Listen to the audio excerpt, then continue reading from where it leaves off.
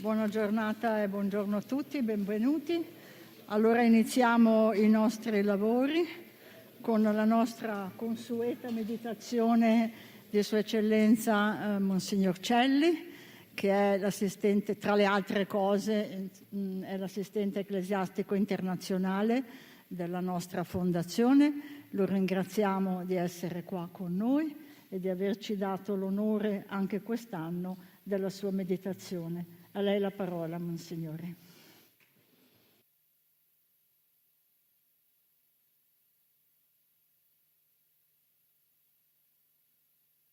Ecco qua, sì.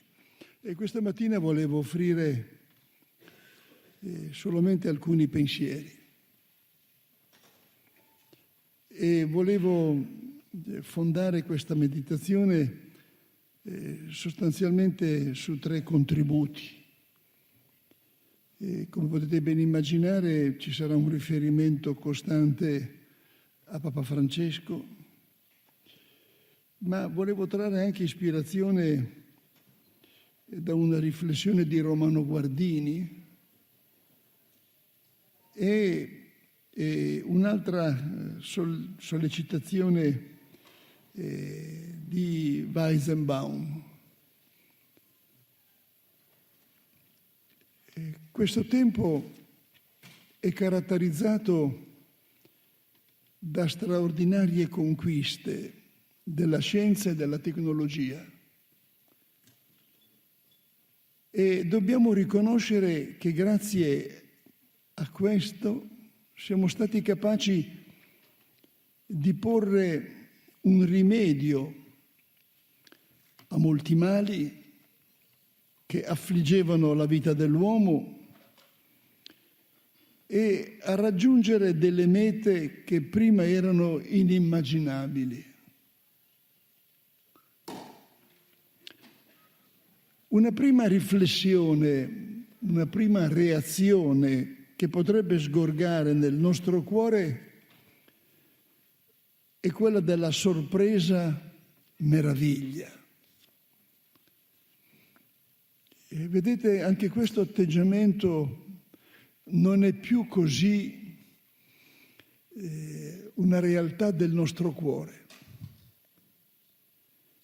Facciamo fatica a sorprenderci e a meravigliarci. Eppure credo che ciò che sta avvenendo debba suscitare in noi una grande meraviglia. E il libro dell'Esodo, quindi la Sacra Scrittura, al capitolo 35 ci attesta che Dio ha donato agli uomini il suo spirito affinché abbiano saggezza, intelligenza e scienza in ogni genere di lavoro. Ecco, la mia è una meditazione e dobbiamo riscoprire questo dono che il Signore ci fa. Proprio il Signore dona il suo spirito affinché abbiamo saggezza, intelligenza e scienza in ogni genere di lavoro. L'intelligenza proprio è espressione della dignità donataci dal Creatore, che ci ha fatti a sua immagine e somiglianza e ci ha messo in grado di rispondere al suo amore attraverso la libertà e la conoscenza. La scienza e la tecnologia manifestano in modo particolare tale qualità fondamentalmente razionale dell'intelligenza umana. Sono prodotti straordinari del suo potere creativo. Questo pensiero è di Papa Francesco. Abbiamo bisogno di riscoprire questo e di leggere ciò che sta avvenendo nel mondo, proprio con questo atteggiamento di scoperta meraviglia nel riscoprire ciò che il Signore sta facendo. È un poco, se mi permettete, come una persona che ha perduto la capacità di vedere e con le sue mani tocca per capire che cosa sta avvenendo, chi è davanti a sé, chi ha davanti a sé. Noi abbiamo bisogno di sapere leggere questa realtà e riscoprire la presenza, l'amore, la saggezza creatrice di Dio per noi. Il Concilio Vaticano II, e faccio riferimento alla Gaudium et Spes, al numero 33, ci ricorda che col suo lavoro e con il suo impegno l'uomo ha cercato sempre di sviluppare la propria vita. Quando gli esseri umani, con l'aiuto della tecnica, si sforzano affinché la terra diventi una dimora degna di tutta la famiglia umana, agiscono secondo il disegno di Dio e cooperano con la sua volontà di portare a compimento la creazione e di diffondere la pace fra i popoli. E sempre Papa Francesco. Anche il progresso della scienza e della tecnica, nella misura in cui contribuiscono a un migliore ordine della società umana, ad accrescere la libertà e la comunione fraterna, porta dunque al miglioramento dell'uomo e alla trasformazione del mondo. E in questi giorni parleremo molto di intelligenza artificiale. E poi verrò a alcuni interrogativi, ovviamente. Però credo che il primo atteggiamento di fronte a questa realtà sia esattamente questo. La sorpresa e la meraviglia di come l'uomo è capace di operare in questa linea e di far sì proprio che si proceda nella trasformazione del mondo e al miglioramento dell'uomo. Questo è il primo punto di riferimento. Il secondo pensiero lo traggo ancora da Papa Francesco. Sul piano personale, l'epoca digitale cambia la percezione dello spazio, del tempo e del corpo. Infonde un senso di espansione di sé che sembra non incontrare più limiti e l'omologazione si afferma come criterio prevalente di aggregazione. Riconoscere e apprezzare la differenza diventa sempre più difficile. Sul piano socio-economico, gli utenti sono spesso ridotti a consumatori, asserviti a interessi privati concentrati nelle mani di pochi. Dalle tracce digitali disseminate in Internet, gli algoritmi estraggono dati che consentono di controllare abitudini mentali e relazionali per fini commerciali o politici, spesso a nostra insaputa. E questa asimmetria per cui alcuni pochi sanno tutto di noi, mentre noi non sappiamo nulla di loro, intorpidisce il pensiero critico e l'esercizio consapevole della libertà.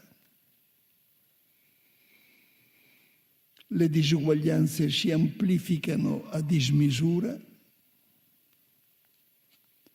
la conoscenza e la ricchezza si accumulano in poche mani,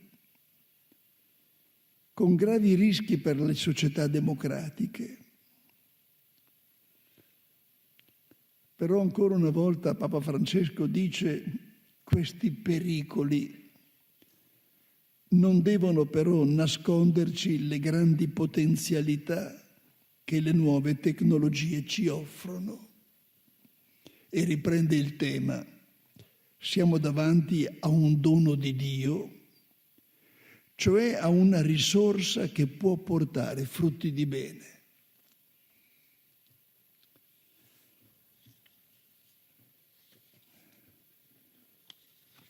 Il secondo punto che volevo trattare questa mattina è semplicissimo, ancora legato a Papa Francesco, perché ci aiuta in questa dimensione, in questo cammino, perché sorgono interrogativi, innegabilmente. E sorgono inquietudini, preoccupazioni.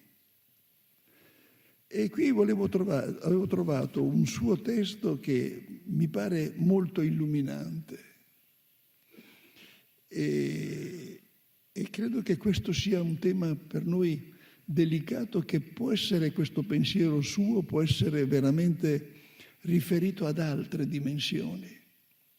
Il Papa dice così: come credenti, e qui tocca innegabilmente un aspetto del nostro cuore, come credenti non abbiamo nozioni già prestabilite con cui rispondere alle domande inedite che la storia oggi ci pone. Oh, amici miei, credo che questo sia un tema delicatissimo. E credo che la Chiesa stessa debba avere questa consapevolezza come comunità di discepoli del Signore. E noi non abbiamo immediatamente la risposta a tutto.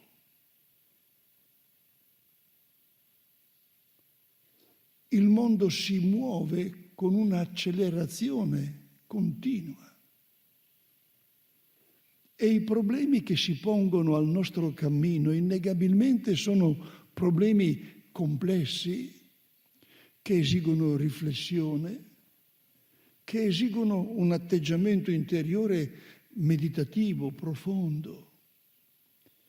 Non possiamo immaginare che noi immediatamente abbiamo la risposta a tutto. Il Papa su questo è di una chiarezza disarmante. Il nostro compito, ecco la nostra meditazione questa mattina, il nostro compito è piuttosto di camminare insieme agli altri. Siamo compagni di un cammino, camminiamo insieme agli altri,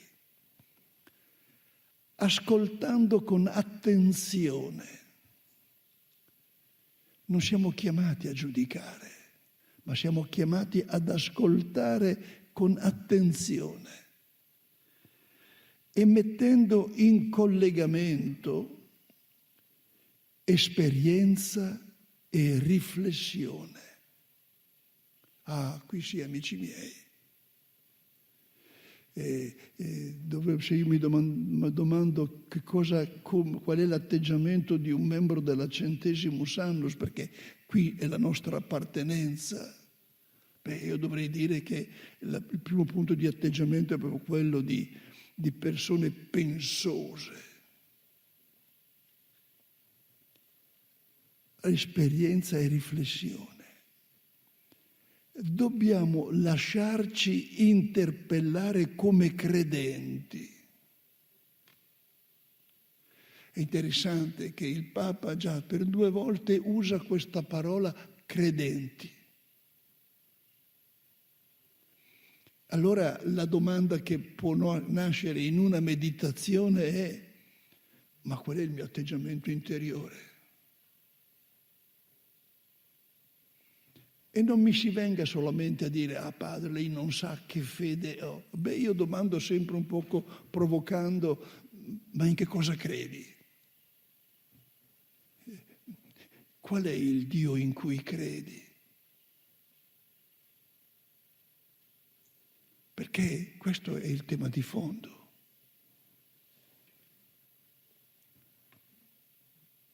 Dobbiamo lasciarci interpellare come credenti, perché la parola, con la P maiuscola, la parola e la tradizione della fede ci aiutino a interpretare i fenomeni del nostro mondo.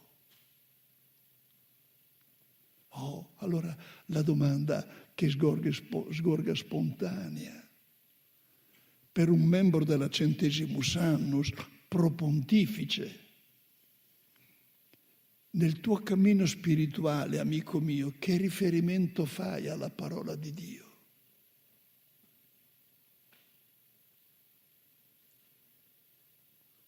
E se mi permettete, ma ecco perché la mia è una meditazione. Ma sei abituato nel tuo cammino personale a prendere in mano la parola di Dio e a lasciarla scendere nel tuo cuore?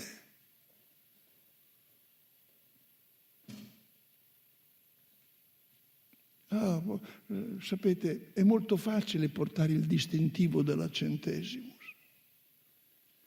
È molto facile dire: io sono della Centesimus, ma poi il problema è vedere: ma il tuo cuore dove sta? Che riferimento fa alla parola? Proprio perché il Papa mi dice questo: la parola e la tradizione della fede ci aiutino a interpretare i fenomeni del nostro mondo, individuando cammini di umanizzazione e pertanto di amorevole evangelizzazione da percorrere insieme.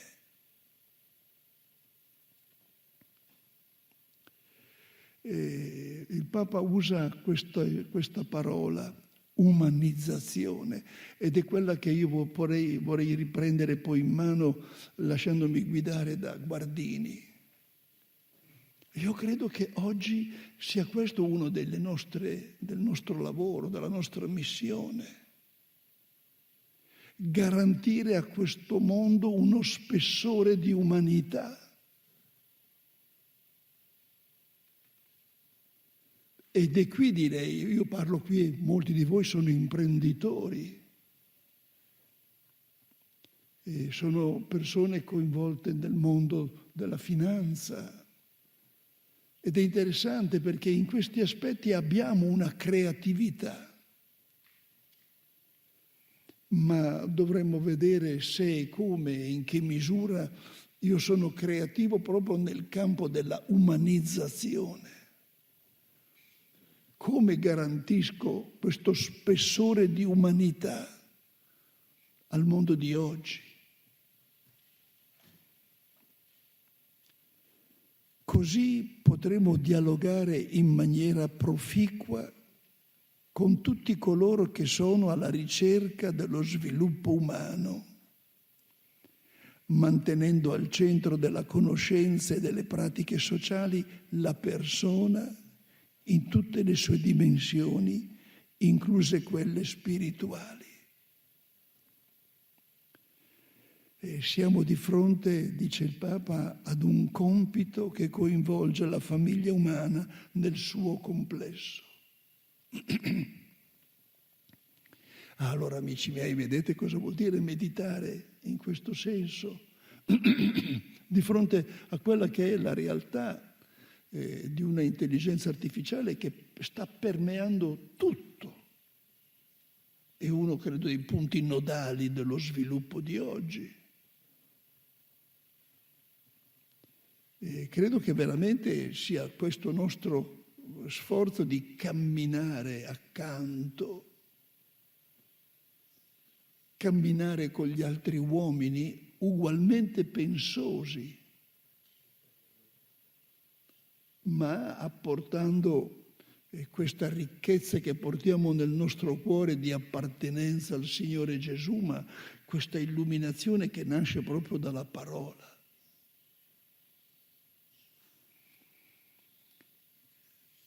Avevo parlato di umanizzazione e volevo trovare una dimensione per me importantissima, che lo volevo proprio trarre da Guardini. Ecco perché vi dicevo, amavo fare un riferimento a Guardini. Guardini già, pensate, 100 anni fa, con contesti innegabilmente ben diversi dai nostri, invitava a non irrigidirsi contro il nuovo e dice due cose che per me sono illuminanti. Dice: il nostro posto è nel divenire.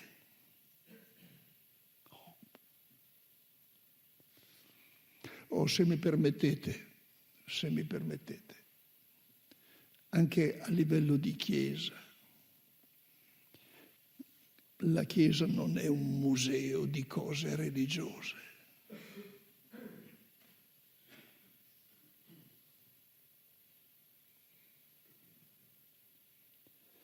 Con buona pace, io credo di essere una persona profondamente rispettosa degli atteggiamenti del cuore di tanti, ma in quanti c'è il desiderio che la Chiesa sia un bel museo di cose religiose.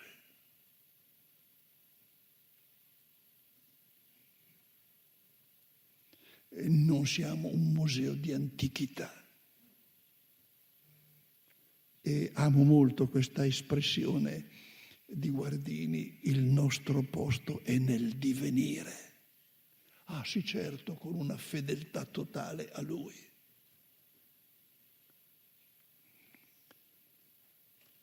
Noi, dice Guardini, dobbiamo inserirvici, ci dobbiamo calare dentro. Se mi permettete, la dimensione evangelica del lievito nella massa. Ciascuno al proprio posto, aderendovi onestamente, ma rimanendo tuttavia sensibili con un cuore incorruttibile a tutto ciò che di distruttivo e di non umano è in esso. E conclude: si tratta, è vero, di problemi di natura tecnica, scientifica, politica, ma essi non possono essere risolti se non procedendo dall'uomo. E deve formarsi un nuovo tipo umano dotato di una più profonda spiritualità, di una libertà e di una interiorità nuove.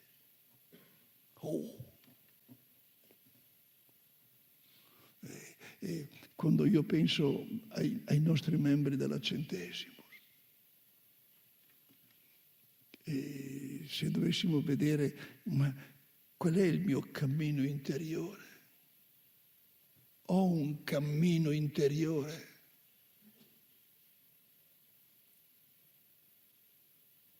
E guardate che Guardini con questa incisività sobria ma forte, penetrante, deve formarsi un nuovo tipo umano dotato di una più profonda spiritualità, di una libertà e di una interiorità nuove.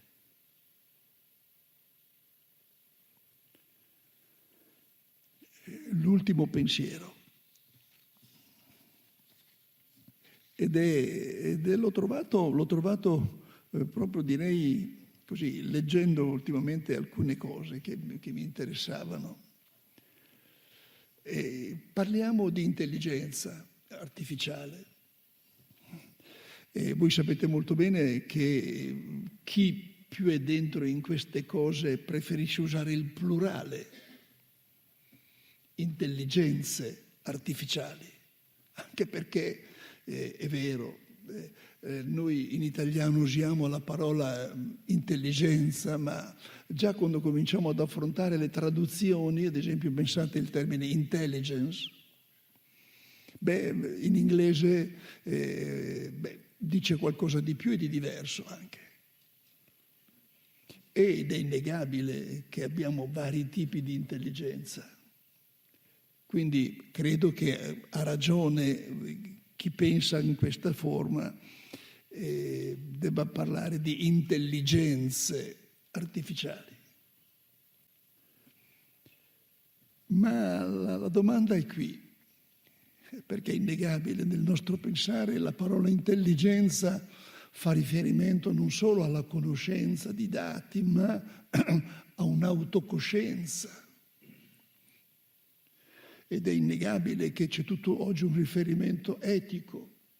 Non entro in questo tema, ma come mio ultimo momento di riflessione vi lancio questa provocazione. Ma esiste una saggezza artificiale?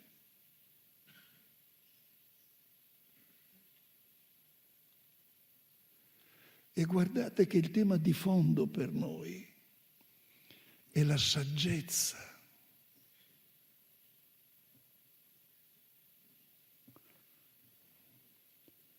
E qui facevo riferimento a questo, potrei chiamarlo scienziato, il Joseph Weizenbaum, che è stato uno dei precursori, già 50 anni fa.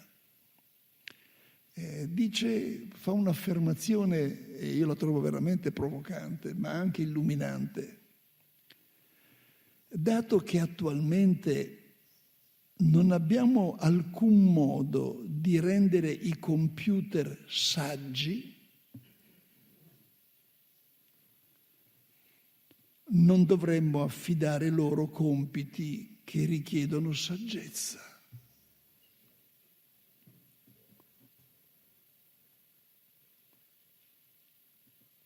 Ve lo ripeto e la lascio come ultimo pensiero di questa nostra meditazione.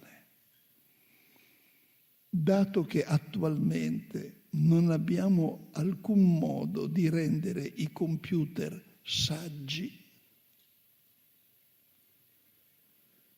non dovremmo affidare loro compiti che richiedono saggezza. E qui ancora una volta entra in gioco l'uomo. Entra in gioco il suo essere uomo nella storia, nel mondo. Ma perché spetta all'uomo apportare questa saggezza.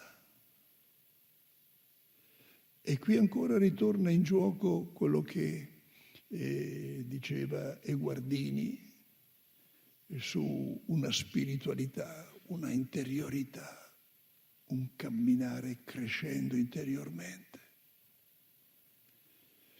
E vi confesso, amici miei, che forse, lo dico così in maniera ancora provocatoria, Quando parliamo di pace, parliamo di giustizia, parliamo di tutte queste cose belle, ma per l'amor di Dio, ok, troviamo difficoltà? Ma credo che la nostra grande missione sia quella di parlare e di dare testimonianza di saggezza e di ritrovare il senso dell'uomo. E questo credo che la sfida che dobbiamo affrontare e fare nostra. E come dice appunto Guardini, dobbiamo inserirci nel divenire, senza nostalgie del passato. Il Signore lo troviamo qui, adesso. E il Signore è accanto a noi adesso. E io amo sempre ritornare a quella bellissima frase del Vangelo che dà, credo, un senso al mio camminare. Non avere paura. Io sono con te tutti i giorni. Non avere paura. Io sono con te tutti i giorni. E così sia.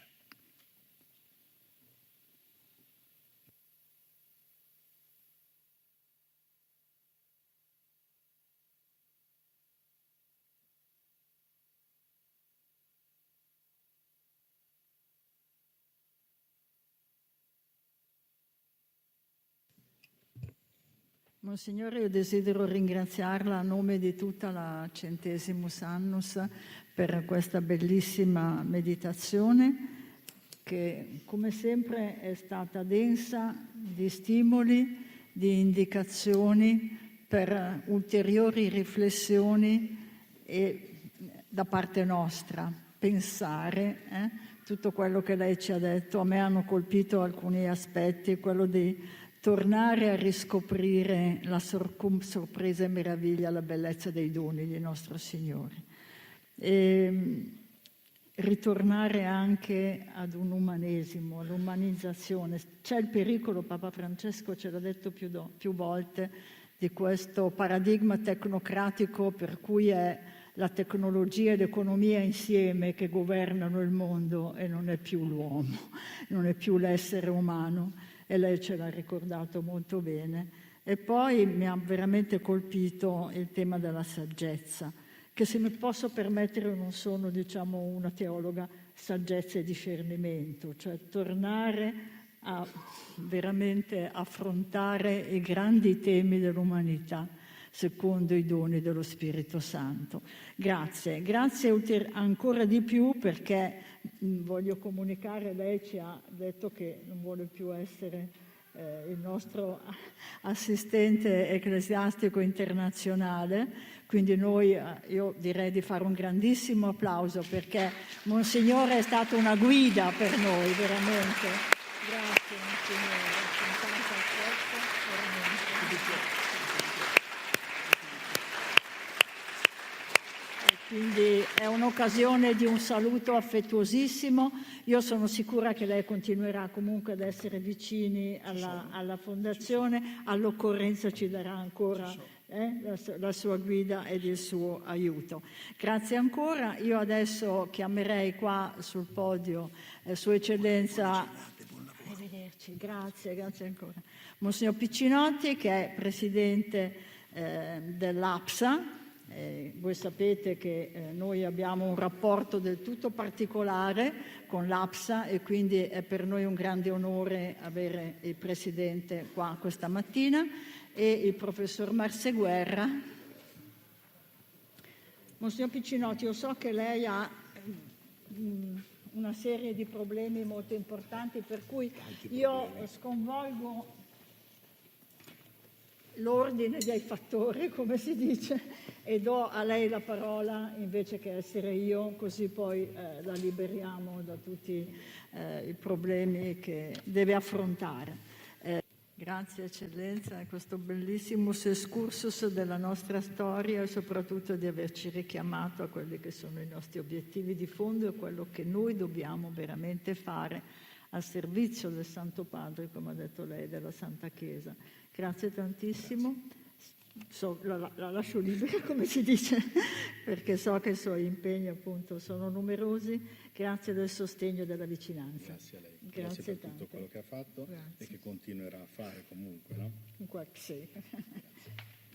Grazie ancora.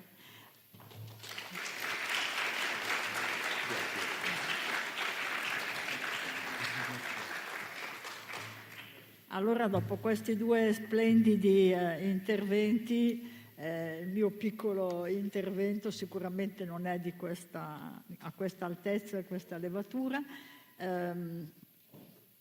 Vorrei appunto svolgere qualche riflessione insieme con voi su quelli che sono gli obiettivi di questa nostra conferenza internazionale.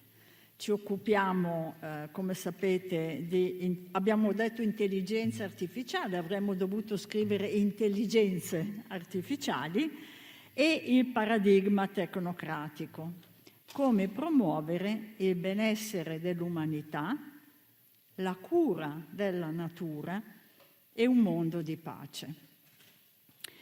Questa nostra idea di dedicare la conferenza internazionale del 2024 a questa tematica nasce nell'autunno del 2023 e in quel periodo, discutendo con il professor Marseguerra e avendo anche avuto l'occasione di un incontro online con i membri del nostro comitato scientifico, avevamo capito che questo tema, che era diventato un tema dibattuto, estremamente dibattuto, infatti il professor Marseguerra disse: ma ci sono centinaia di libri, se uno va in una libreria c'è un intero scaffale pieno di queste cose.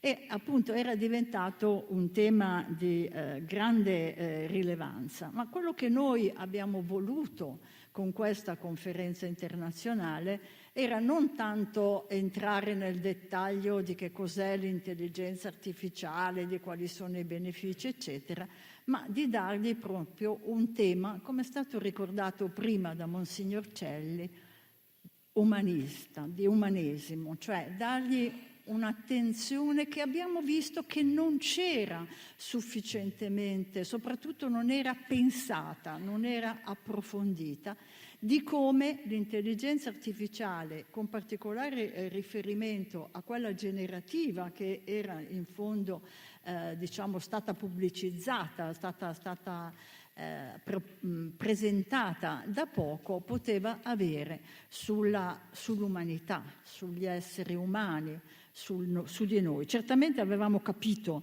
che aveva un impatto enorme, ma ecco, avevamo individuato che non era l'analisi e l'attenzione sufficientemente concentrata su questo aspetto, l'etica, insomma, in sostanza.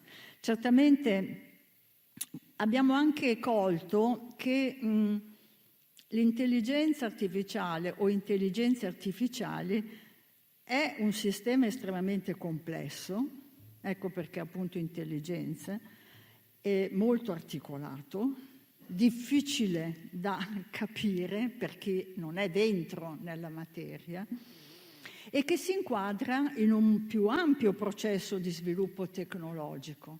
Cioè non c'è solo quello si inserisce dentro in un processo molto più ampio che comprende il machine learning, l'utilizzo dei big data, il quantum computing, la robotica, le infrastrutture digitali, le nuovi sistemi di comunicazione, le biotecnologie. Quindi è un mondo estremamente variegato. Allora noi abbiamo detto, occupiamoci di questo tema, coinvolgiamo persone di discipline diverse, proprio perché questa realtà delle intelligenze artificiali sta dentro in una realtà di innovazione tecnologica ancora più ampia, ancora più articolata. E cerchiamo di far dialogare, quindi ecco la multidisciplinarietà persone che rappresentano l'accademia, che rappresentano le istituzioni. Qui abbiamo dei rappresentanti della Comunità Europea che ringraziamo tantissimo, perché sappiamo che anche loro hanno molti impegni in questo momento, capite tutti il perché, eppure sono venuti con noi. Abbiamo dei rappresentanti del mondo, dei produttori, no? dell'innovazione tecnologica, e li vogliamo fare discutere insieme. Questa nostra scelta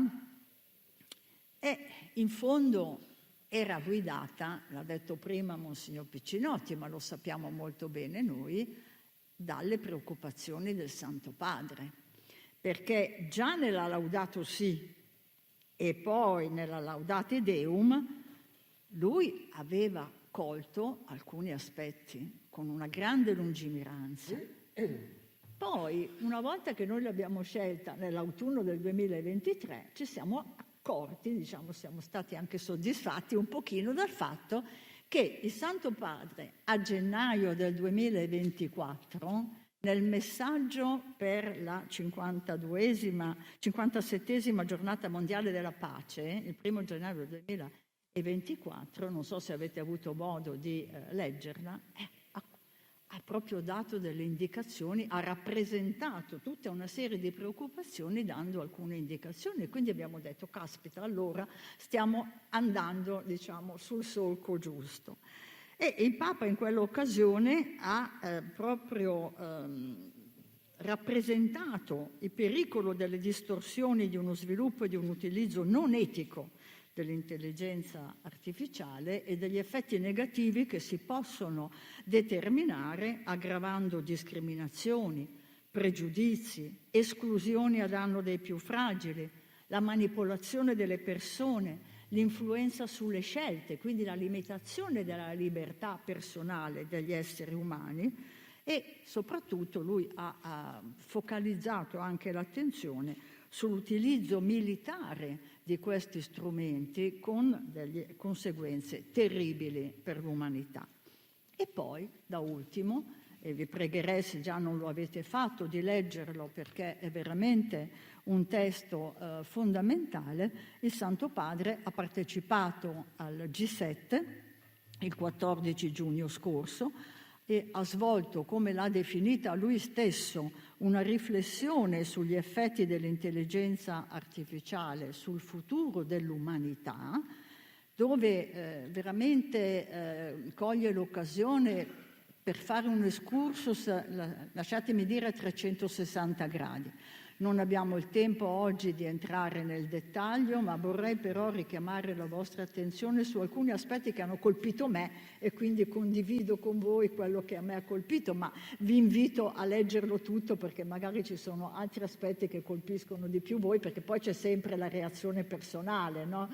Quella che è così, dipende un po' dalle maggiori o minori sensibilità. A me ha colpito innanzitutto che il Santo Padre ha definito l'intelligenza artificiale uno strumento affascinante e tremendo. Quindi ha fatto questo legame, affascinante e tremendo. Ed ha insistito nel considerarla uno strumento, quindi ha insistito molto. L'intelligenza artificiale è uno strumento. Attenzione, ecco il paradigma tecnocratico. Stiamo attenti a non considerarlo un fine. E deve essere, dice il Papa, progettato ed usato in modo etico per la costruzione del bene di ogni essere umano e di un domani migliore. E poi dice ancora che va garantito sempre che sia l'essere umano e non la macchina a decidere. E poi un'altra cosa mi ha colpito, che lui dice, ma l'intelligenza artificiale non è generativa.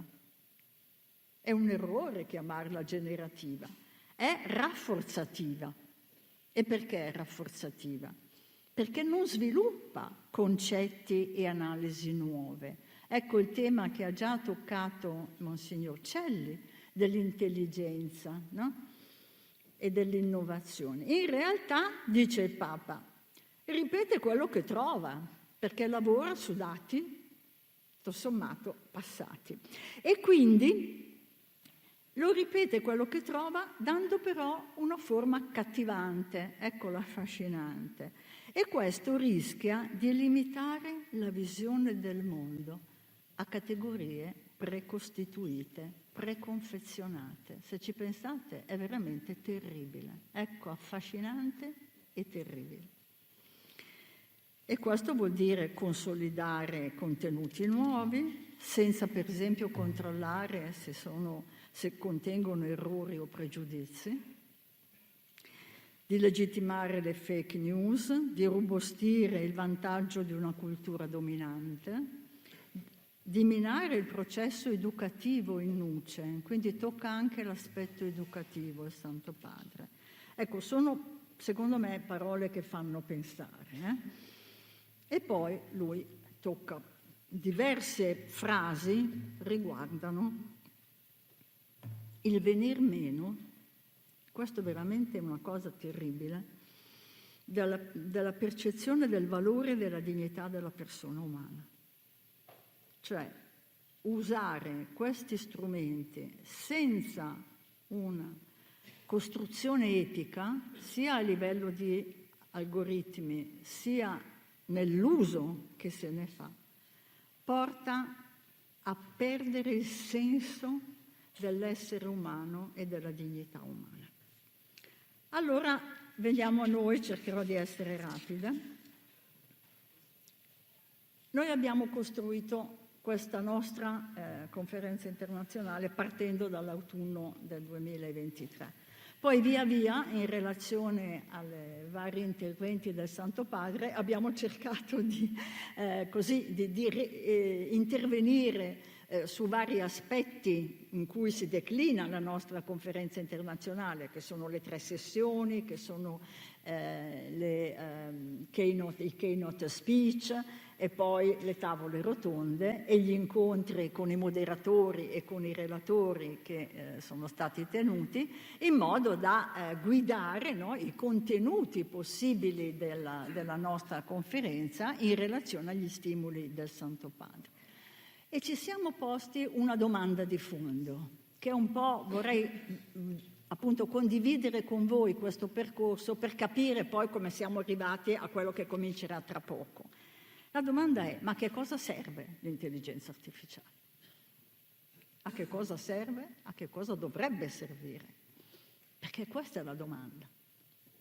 Perché qualcuno ha un'opinione, veramente, io ho parlato con qualcuno di quel mondo, un'opinione ultra positiva, non discutibile. Non se ne può parlare in senso critico.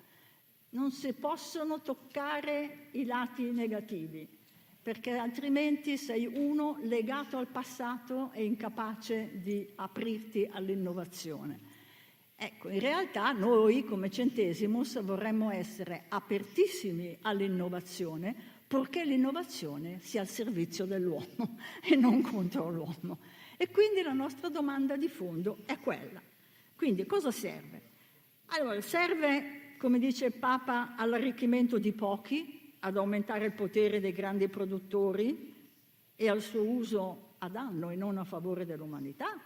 O serve per perseguire il benessere di tutti gli esseri umani? Come abbiamo detto noi nel nostro titolo, La cura della natura e un mondo di pace? Beh, noi vorremmo questo secondo. E quindi vogliamo ragionare insieme con questo gruppo di persone che siamo riusciti ad avere e a coinvolgere per capire come fare, a coniugare l'efficienza e la produttività, che certamente sono collegate con l'utilizzo dell'intelligenza artificiale, con il rispetto dei valori umani, il rispetto della dignità della persona, la libertà e i loro diritti.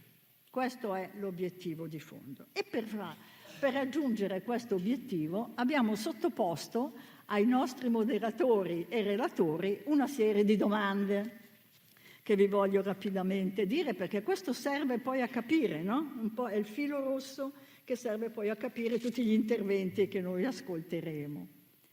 A che punto siamo? A che punto siamo?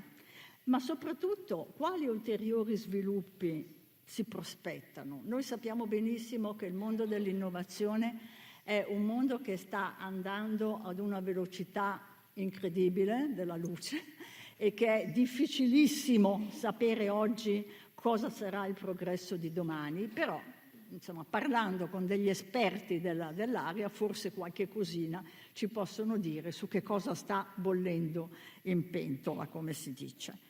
E poi qual è l'impatto che l'intelligenza artificiale ha già oggi sui sistemi economico-sociali e se è possibile inglobare i principi cardine della dottrina sociale della Chiesa in questo processo innovativo, metterci l'etica. Come risolvere il problema della responsabilità individuale? Questo è un tema che nasce soprattutto dagli ultimi interventi del Santo Padre e che noi abbiamo inglobato appunto nelle nostre domande ai relatori. Responsabilità individuale e responsabilità delle imprese e delle istituzioni che la utilizzano, attenzione, e che la studiano, e quello estremamente delicato della responsabilità delle decisioni.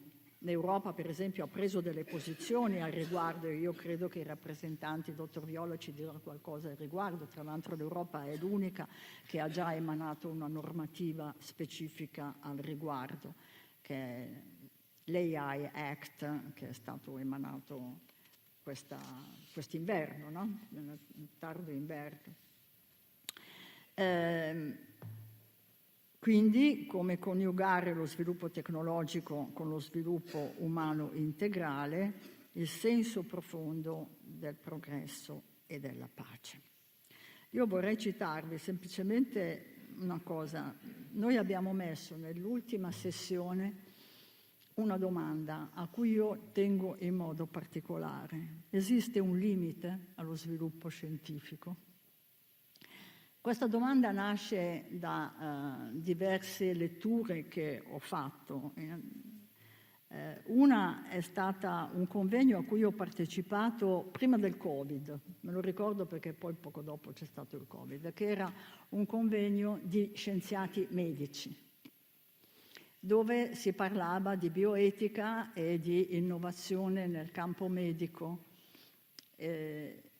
Erano 8 scienziati da tutte le parti del mondo, uno solo ha detto: io credo che noi scienziati dobbiamo essere capaci di porre un freno all'innovazione quando l'innovazione va contro l'essere umano. È stato attaccato da tutti gli altri 7 in un modo feroce, sostenendo che non c'è limiti alla scienza perché l'innovazione è neutrale. Il Papa al G7 ha ribadito, ma lui l'aveva già detto tante volte, che la scienza non è neutrale. E devo dire che di tutto quel congresso a me è rimasto più impresso quello che ha detto questo scienziato sul fatto di essere capaci di frenarsi che non quello che hanno detto tutti gli altri. Ma poi mi ha colpito anche il fatto che Geoffrey Hilton, che è stato un grande promotore dell'intelligenza artificiale generativa, un anno fa, come sapete, ha lasciato Google, sostenendo che la tecnologia sta avanzando troppo velocemente per la capacità di governo e di gestione dell'uomo e che l'uomo rischia di perderne il controllo. Quindi da queste considerazioni abbiamo fatto quella domanda. Non abbiamo preso posizione, assolutamente non ne abbiamo, però abbiamo detto discutiamo anche di questo, no? È nel nostro percorso. Altri 2 punti rapidissimi che abbiamo sottoposto ai nostri relatori è l'impatto sul mondo del lavoro, perché di fatto ancora nessuno ti sa dire quale sarà il saldo tra nuovi posti di lavoro creati e posti di lavoro invece distrutti. Qualcuno sostiene che il saldo sarà positivo, qualcuno che tutto sommato tra l'uno e l'altro andremo a pareggio, qualcuno che sarà fortemente negativo.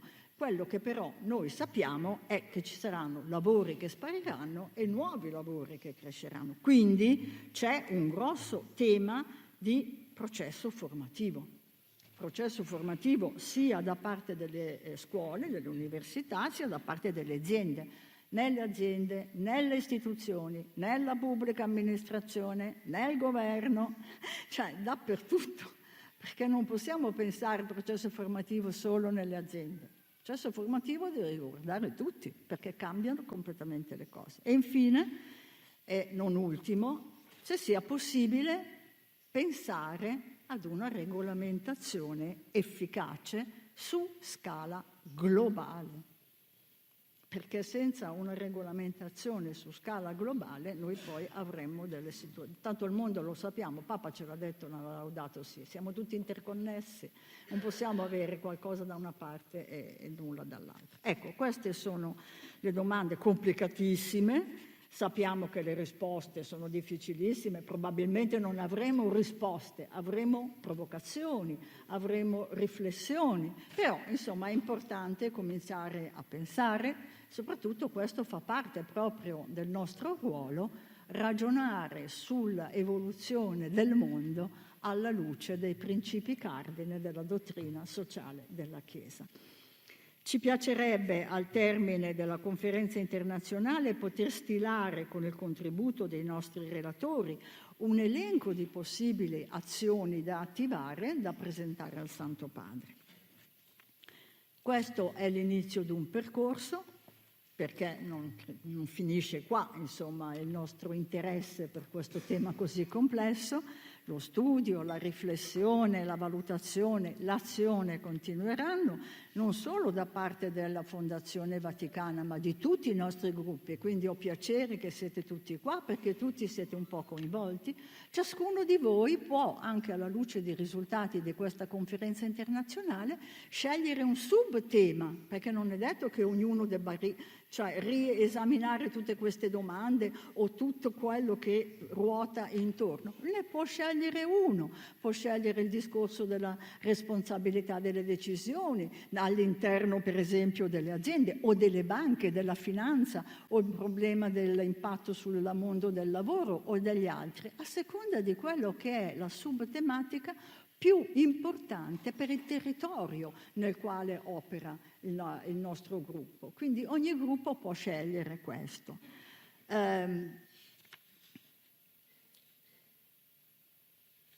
Io penso che questo momento, questa giornata sarà una giornata utile, me lo auguro quantomeno, ma soprattutto voglio ringraziare veramente di cuore, e non li cito tutti, ma voi avete il programma, quindi sapete chi sono, tutti i relatori e i moderatori. I moderatori sono nostri referenti, abbiamo scelto come moderatori alcuni dei nostri referenti, non tutti, ma insomma facciamo un po' di rotazione, no? Avevamo iniziato l'anno scorso con questa scelta e quindi vi ringrazio tutti quanti di cuore per la vostra disponibilità, per essere qua con noi oggi. Spero che sia una giornata positiva per tutti.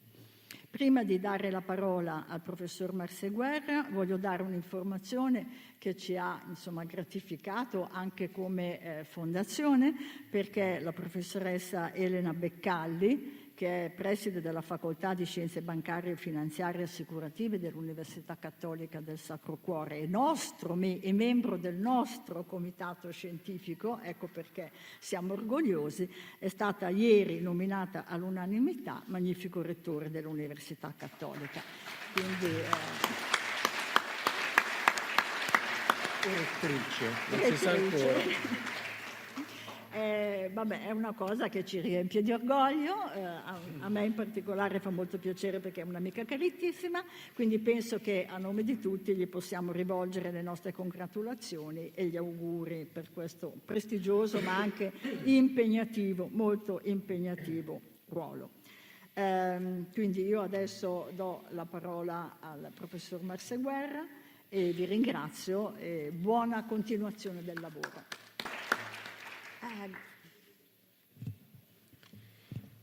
Good morning. I am very pleased on behalf of the Scientific Committee of the Foundation to welcome you to our annual international conference. And let me warmly thank our distinguished guest speakers for accepting to being with us and to bring their high qualified contribution to our gathering. This year, International Conference has the very ambitious and demanding goal to analyze the many and diversified impacts on our society of the recent advancements of generative artificial intelligence, which, as has been mentioned just now, strictly speaking, and as clearly indicated by Pope Francis in his recent address to the G7 group, is not really generative. It does not develop new analyses or concepts, but repeats those that it finds, giving them an appealing form. Then the more it finds a repeated notion or hypothesis, the more it considers it legitimate and valid, rather than being generative, then it is instead reinforcing, in the sense that it rearranges existing content, helping to consolidate it, often without checking whether it contains errors or preconceptions. The impact of this advancement will be considered in our conference, framing technological progress within the dominant and tragically damaging and destructive technocratic paradigm. Having in mind, as stated in Laudate Deum number 24, that not every increase in power represents progress for humanity. At the same time, however, in our reflection, we will try to move beyond this negative paradigm, promoting instead Pope Francis' positive vision of technology, where is the human openness to the others and to God, which ultimately produces our technical capacity, so that technology should be considered as a sign of our orientation towards the future. The integration of artificial intelligence into science and research has transformed the way knowledge is generated. Discoveries are made and data is analyzed across various disciplines. This revolution, driven by generative artificial intelligence and machine learning tools, present significant opportunities for scientific advancement, innovative research methodologies, and greater productivity. However, it also harbors risks such as the large-scale generation of disinformation and other unethical use with significant societal consequences. Realizing AI full potential requires full understanding of its capacity and constraints. It requires responsible innovation and a strategic approach to addressing its limitation. Some risks are due to the tool's technical limitations, and others have to do with the intentional or unintentional use of the tool.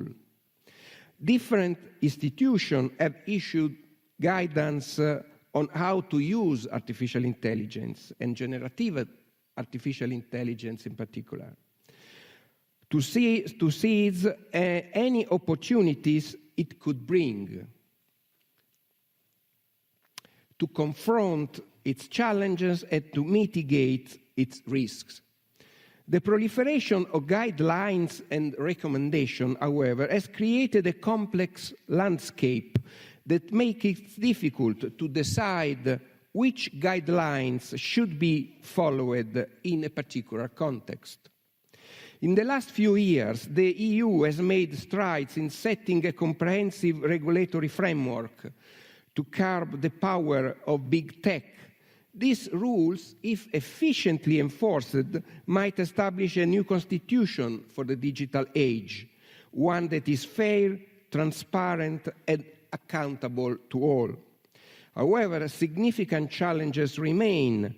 from the rapid rise of opaque machine learning application, especially in the workplace, and digital surveillance, to the dependence on big tech platforms that abuse their market power and operate at odds with the values of democracy and solidarity, and questions around fundamental rights and data sovereignty. For example, more to the point of our conference, can we be sure that the coming wave of new use of artificial intelligence will benefit citizens and workers? How can we curb the monopoly power of big tech firms that turn data of millions of persons into privately controlled AI services? How can long-term public investment and green and digital industrial strategy help align digital transformation with values as solidarity, democracy, and social justice? The underlying issue of our reflection today is, of course, the attempt to identify what is distinctive and unique about the human being. Perhaps you know the story of the two monks standing on the bank of a stream and contemplating the rippling water. Suddenly, one of them said thoughtfully, "I wish I were as happy as that fish in the water." The other replies, How can you be sure that the fish is happy? You are not a fish." The first replies, "How do you know I can't know? You are not me." This story, which I found in a recent article in La Civiltà Cattolica by the Jesuit Father Ferenc Patch, highlights many of the most important issues in current AI research. That is, how do we know that today's machines really are intelligent? Can a computer be more clever or more creative than its human creator? And who is qualified to decide such questions? New technologies at our disposal make at our disposal extraordinary and challenging resources, which make increasingly complex the old and yet unresolved issue of what is distinctive of human beings. The issue is not whether we are for or against machine and technology. Even the distinction between natural and artificial process does not help. What is required instead is to situate scientific and technological knowledge within a broader horizon of meaning, and thus to avert the hegemony of a technocratic paradigm. Laudato Si, number 108. But what exactly is the technocratic paradigm?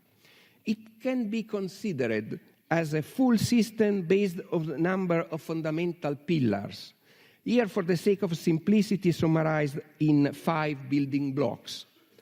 First, the lack of the loss of the sense of limit, which generate the obsessive desire to control everything and the strong belief to be able to overcome every limit through technology, in the Promethean presumption of self-sufficiency. Second, the extreme tendency for specialization, essential element of technological progress, which does not allow to see the large picture and to appreciate the broader horizon. Third, the unstoppable search for profit and personal utility, which leads to accept and even to encourage any advance in technology. The search for profit is so frantic that there is no space for considering potentially negative impact on human beings. Maximizing profit is enough. Fourth, the predominance of technocracy. In our society, those who have knowledge and are able to conceive technology possess a disproportionate amount of power. The result is that our lives are immersed and dominated by an efficiency-driven paradigm of technocracy. And every increase in powers means an increase of progress itself. Fifth, the pervasive diffusion of the throwaway culture. What is considered worthless is thrown away because it is no longer capable of producing profit, regardless of its intrinsic value as a creature or human being.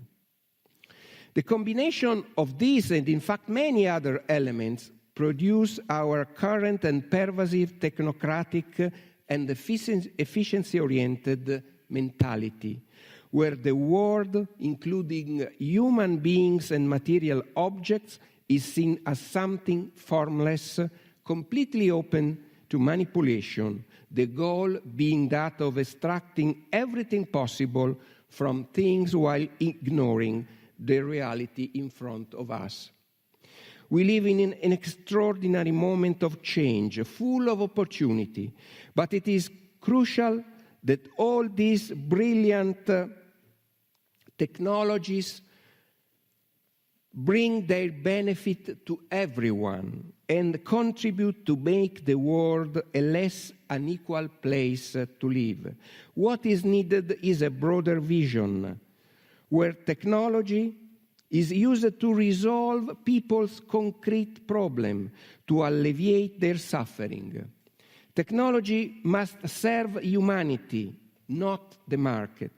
Technological products are not neutral, as has been said before by Anna Maria. Rather, according to Pope Francis, they create a framework which ends up conditioning lifestyles and shaping social possibility along the lines dictated by the interest of certain powerful groups. I conclude, technology is not a synonym for progress. Progress is not just about advancement in science and technology and economic growth.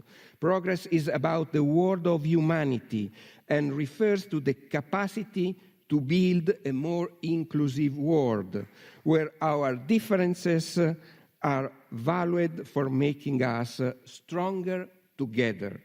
Technology by itself does not ensure social progress, as it does not guarantee social improvement unless it focuses on the progress of the majority.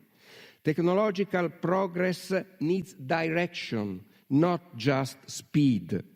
The road ahead is clearly indicated by Pope Francis in his address to the General Assembly of the Pontifical Academy for Life last February. I quote, "The principal task that we have is an anthropological one. We are challenged to develop a culture that by integrating the resources of science and technology is capable of acknowledging and promoting the human being in his or her irreducible specificity. It is up to us to make the necessary and indispensable conversion to follow this indication." Thank you.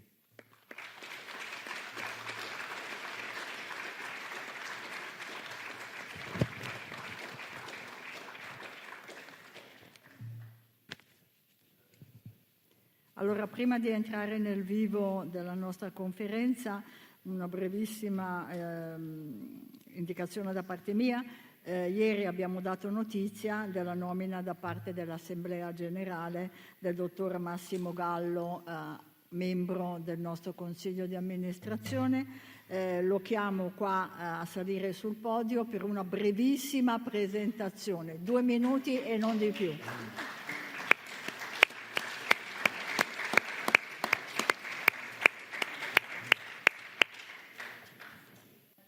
Grazie Presidente, grazie amici tutti. È bello iniziare una mattinata con gli interventi e le suggestioni che ci hanno animato. Io volevo solamente proprio ringraziare con due piccoli contributi.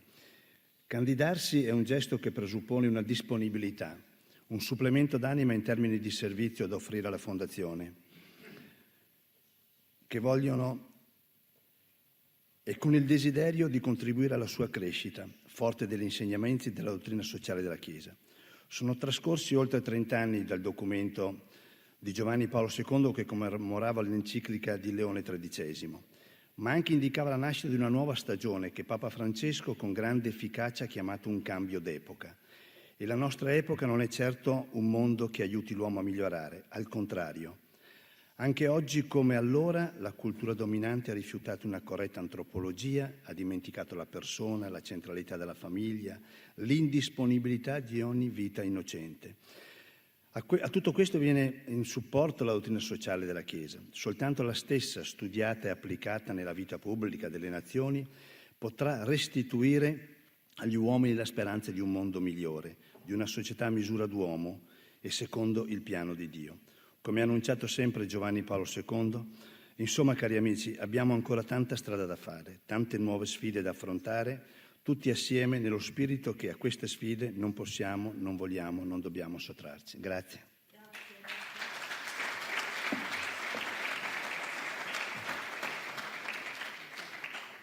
Allora, lascio a voi i lavori. Grazie ancora. So it's now time to introduce our keynote speaker for this morning's session, and we are very honored to have the Director General of DG Connect, Dr. Roberto Viola, with us this morning. DG Connect is the division within the European Commission, which probably, I would posit, is one of the most geopolitically sensitive and economically important at this point in time at the European Commission, looking at everything ranging from 5G to quantum computing, microelectronics, semiconductors, blockchain, etc. And its mission statement is to develop and implement policies in Europe to make it fit for the digital age. And this week, I believe Dr. Viola's office and the wider Commission created the European AI Office. I think Monsignor Celli and Monsignor Piccinotti and our chairwoman would be very pleased to know that one of its stated objectives is to make a trustworthy AI a common good for the world. Dr. Viola is a trained engineer and has more than 30 years of experience and expertise in this domain. So we could not hope for a better speaker to give us food for thought as we launch the conference. Please, Dr. Viola, thank you.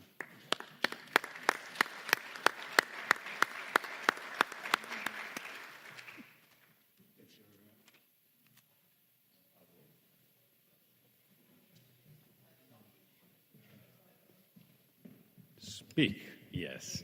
I'm trained engineer, but I didn't see the button. Good morning, everyone, dear Mr. Chairman. Thank you for your kind introduction, and thank you to Centesimus Annus for the invitation. I'm really pleased to be here and to address you. And this period is a very important period for the European Union.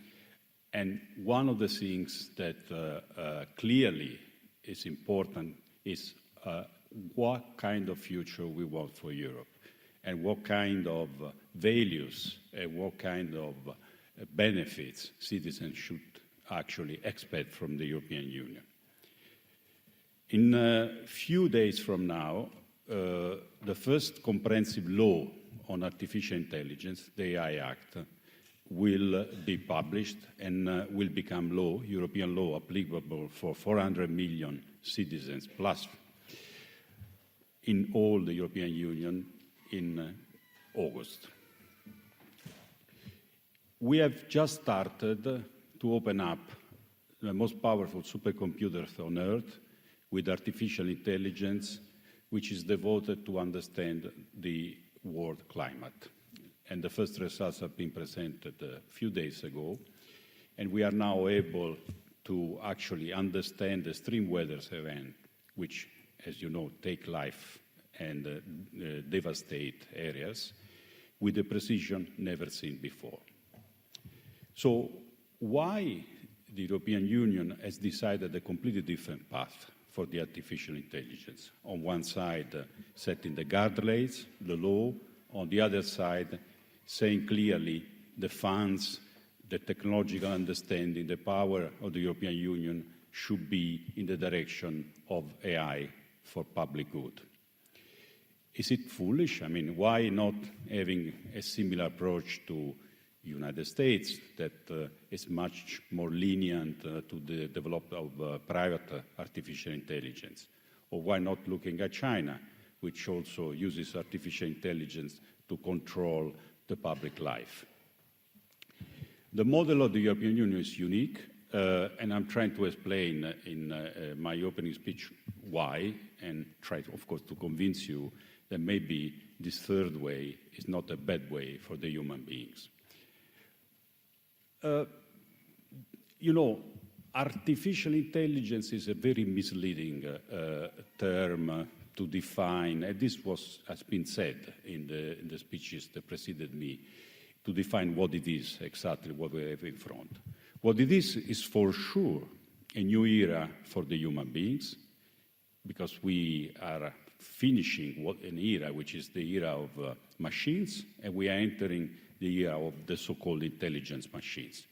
But don't be misled by the word intelligence. There's nothing in those machines that generate fantastic pieces of speech or images or sounds of intelligence. Those machines do not know grammar in the sense we know it, do not know, the rules of composition in the sense we know it, but they are wonderful statistical systems that can guess what next in a phrase, what next in a picture, to a point that we are really surprised.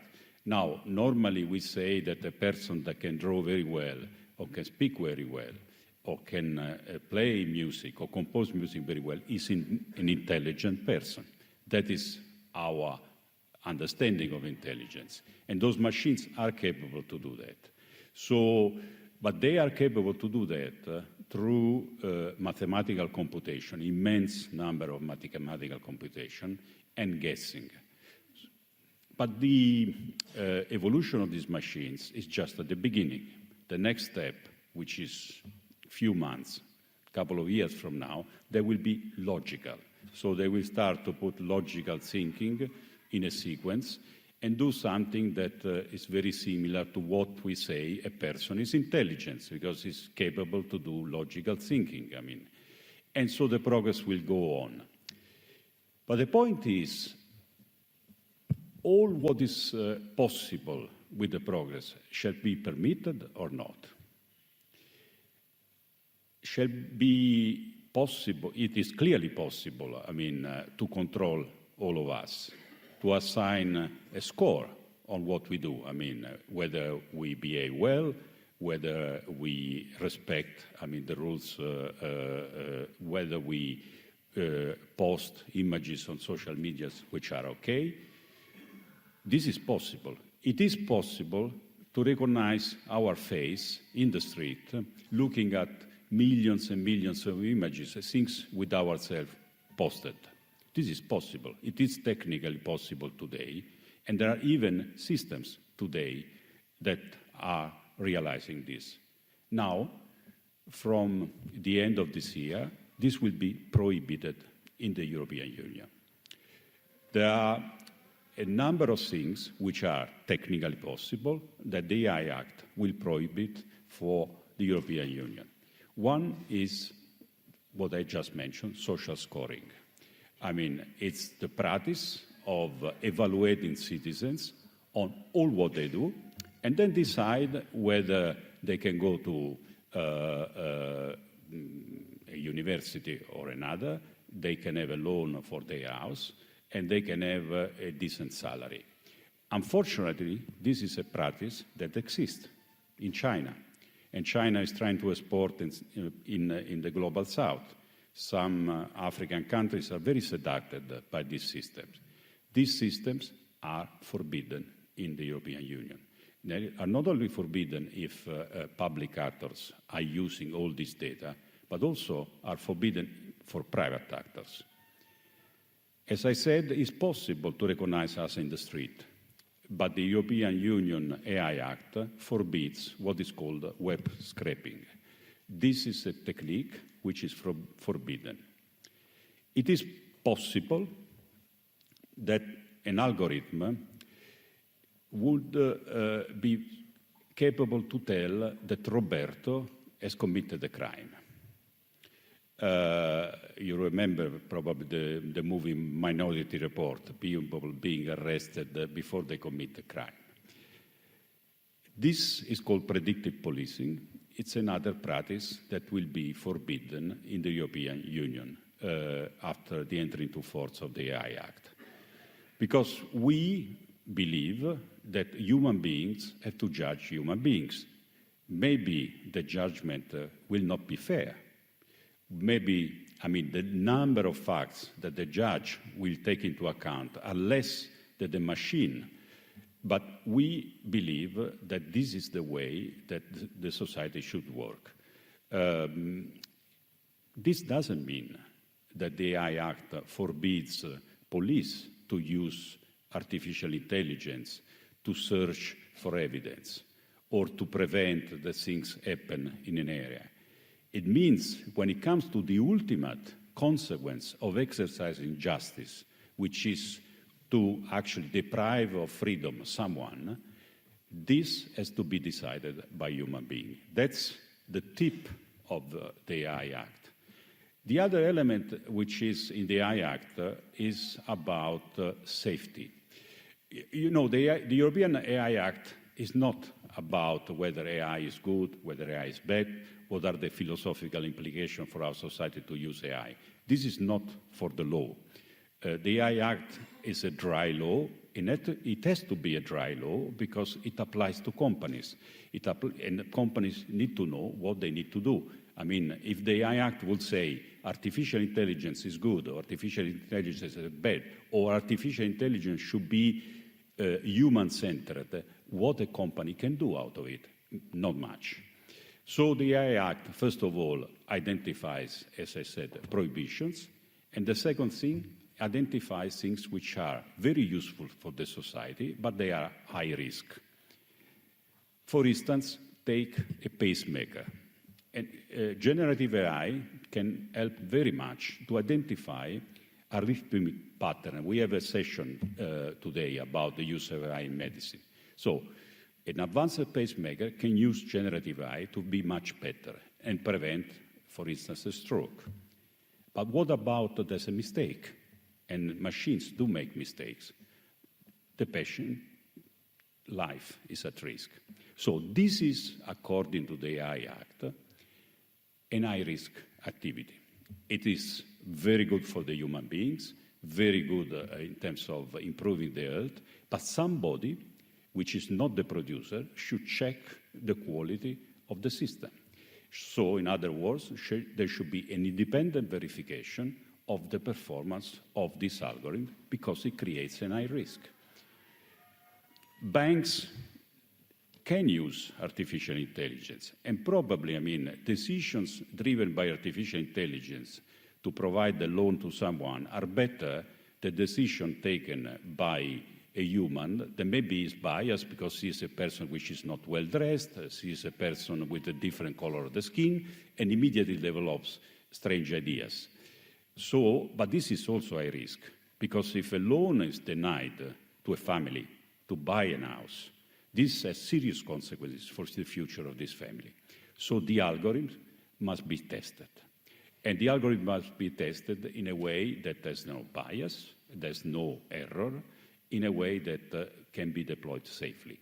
So this is the second important category of the AI Act, is to make sure that all the applications which are useful, they can be deployed in society, when they have a risk, either because they entail a physical risk for people or entail a physical risk, a risk for fundamental rights, they are actually regulated in the sense that there should be a procedure to certify, to verify by independent parties that those applications work well. In the meditation, it was said, look, wisdom is something that if you cannot really pass on, then, you should refrain of doing things which are not wise. Unfortunately, wisdom is difficult also to pass on to the human beings when they are called for very complex tasks. Take driving a car. You know, there have been more deaths on the road than deaths in the Second World War. So when people say have a limit to AI, stop AI, I think they also should look at the other side of the coin, which is AI doesn't drink. AI doesn't get very upset if it is overtaken by another person. Doesn't need to show that it's the most important, powerful driver on the street. All this misbehavior on the road creates drama, creates death. So that's an example, and that's the second point I want to make, where good AI, together with human beings, make our society better. And that's the other element of the European Union policies. AI must be a public good. And for us, there are three characteristics of a public good and a common good. First, I said it must be safe.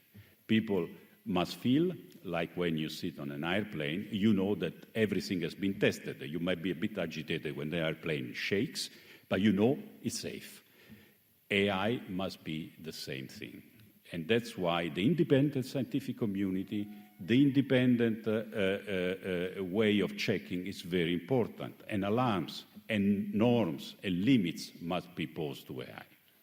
The second element is that the common good must be contestable.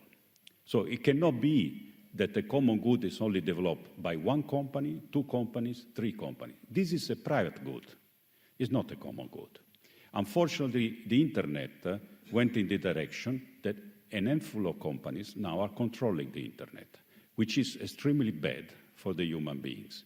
So we need competition in AI. We need all of the companies, small companies, be able to have ingenuity to propose new things.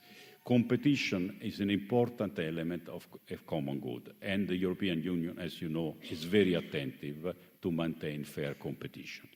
The third element is that it must be useful for people. A nice entertaining machine that you ask a question, give me a joke, and ChatGPT gives you a joke. It's entertaining, somebody makes a lot of money out of it, but frankly, you wonder whether you really need it. But, as I said, improving healthcare, understanding how the climate on Earth will evolve, improving agriculture, for instance, trying to understand how to find water, our next big emergency, and not only in the south of the world, but in Europe will be water. So how to make sure that we use artificial intelligence, quantum computing, and supercomputing for this, it's our goal. And that's why another thing that we do is that we have spent an important amount of public funds in creating a network of the largest and most powerful supercomputers on Earth, exactly to do that. I mean, to develop a number of applications. I quoted at the beginning of my speech the work we are doing on climate, but the same we are doing on medicine, the same we are doing on agriculture. And we do hope that this is the message we can give to the partners around the world, to the United Nations. You know, when there was the COVID certificate, probably you hated me and my team because we have been the inventor of the Green Pass. So don't now throw things on me. But the Green Pass, or COVID certificate, that's the international name, saved millions of lives, allowed our economy and society to go on. And now, you know what we have done? We have donated all this technology to the World Health Organization, and now it's the basis for the digital vaccination certificate of the world. This is a bit the idea. I mean, if we develop good AI, ethical AI, then this AI can be donated, can be given to our partners, and companies that participate in this different idea of doing AI, trustworthy AI, for the interest of the human beings, they also have a chance from the point of view of being commercially successful. So to conclude, I don't think there's only one vision, one possible vision. It's very difficult what the future tells. It's very difficult to predict that all what we are trying to do will be successful. But the effort we are doing to give guardrails to artificial intelligence, to develop artificial intelligence for the common good, we are convinced that in the long term will pay off. Many thanks for your attention.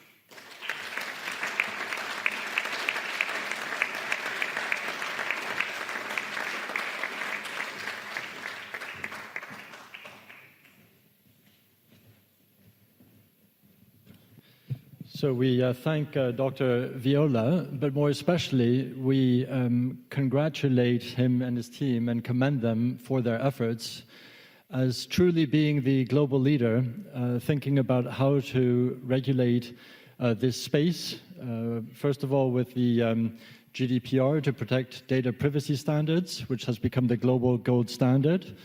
Second of all, with the Digital Services Act, now with the AI Act.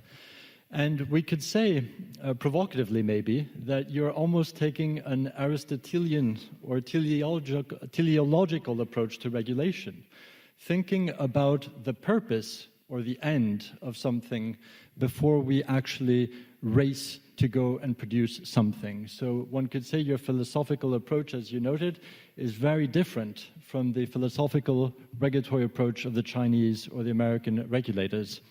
And it is colored by that important moral philosophical principle that it is not because something is technologically possible that we ought to do it. So thank you for your efforts. Our chairwoman already introduced our distinguished panel, so I won't repeat it in the interests of time, but we've got a broad range of expertise here, ranging from academia to the public sector, to the founder of a stat-up, not a start-up, a stat-up. So we're interested in hearing from Katharina about this. And on that note, I think we should probably start the panel by taking a step back and asking ourselves, what is it that we mean by AI? AI is such a broad, all-encompassing term. It can mean machine learning, deep learning, neural networks. What is it that we mean by artificial intelligence? How do we define it? Mark Twain famously said there are three kinds of lies: lies, damned lies, and statistics.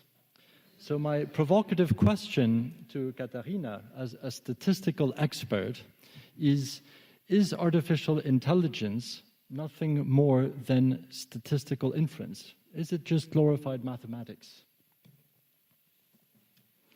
I would love to say that AI is purely statistics because that would make people like me so valuable. I am a statistician by training. But the problem is that statistics has been misunderstood for decades as it's purely numbers and figures and very boring, and we just crunch the numbers. But statistics is much more. Statistics describes the relationship between data and the real-world phenomena that are measured by data. And that's the core of statistics. What can we measure and what can we not measure with the help of statistics? And what we don't measure is not in the data, and the data is what AI is trained with. So AI is blind to large parts of reality, and that's what we have to keep in mind. Yes, in this sense, AI is purely statistics, not only algorithms, but most people misunderstand what statistics really means. Thank you.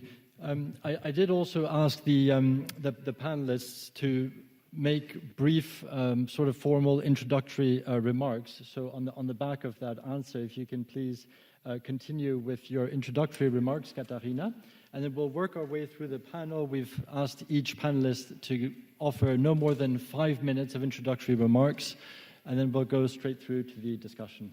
Sure, many thanks. Well, as Giovanni Massigaro said at the end of his introductory words, was technology needs direction, not only speed. I guess we all agree about the direction. Technology should be used in harmony with human values and common good.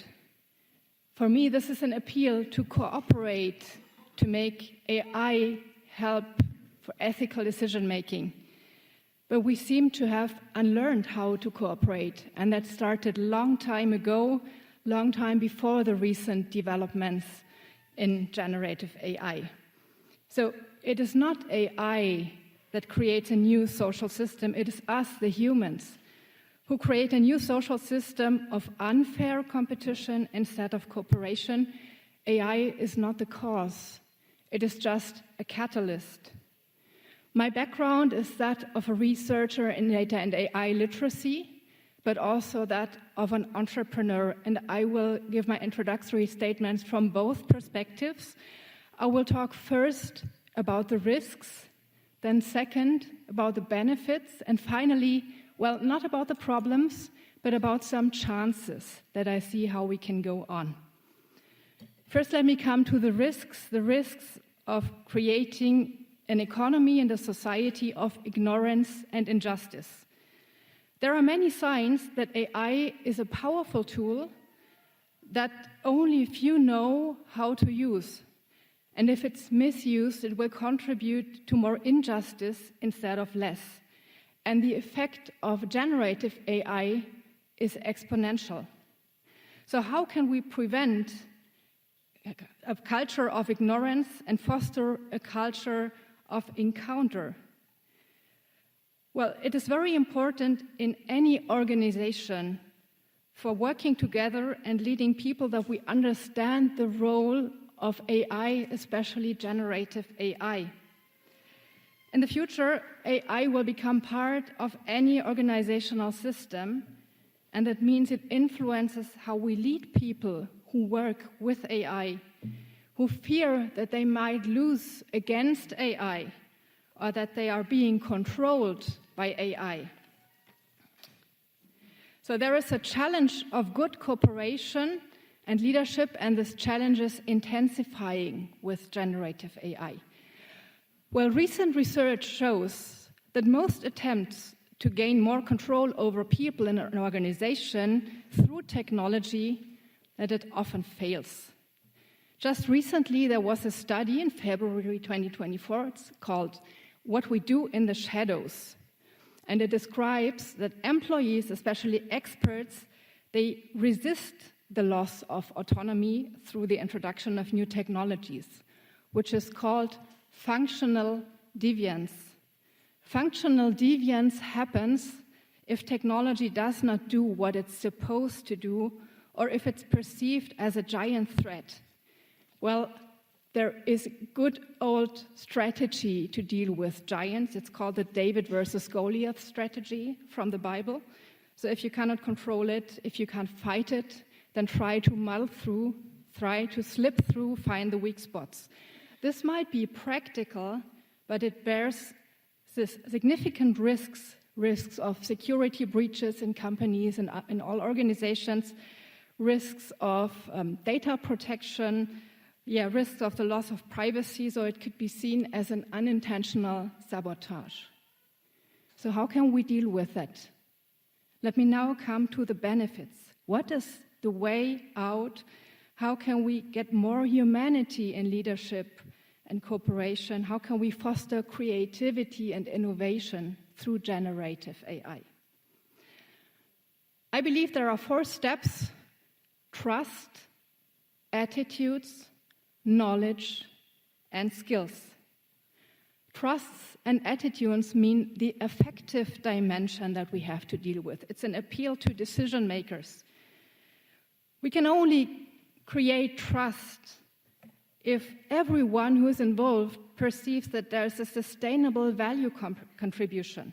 This means Gen AI has to contribute to fairness for employees, but also for customers, and to less discrimination.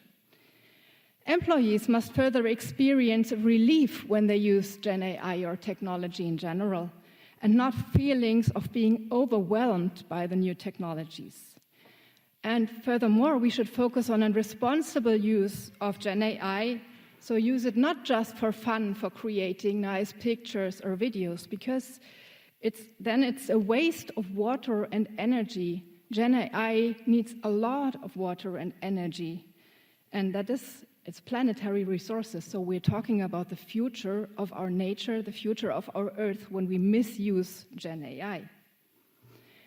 Second, we need positive attitudes towards AI.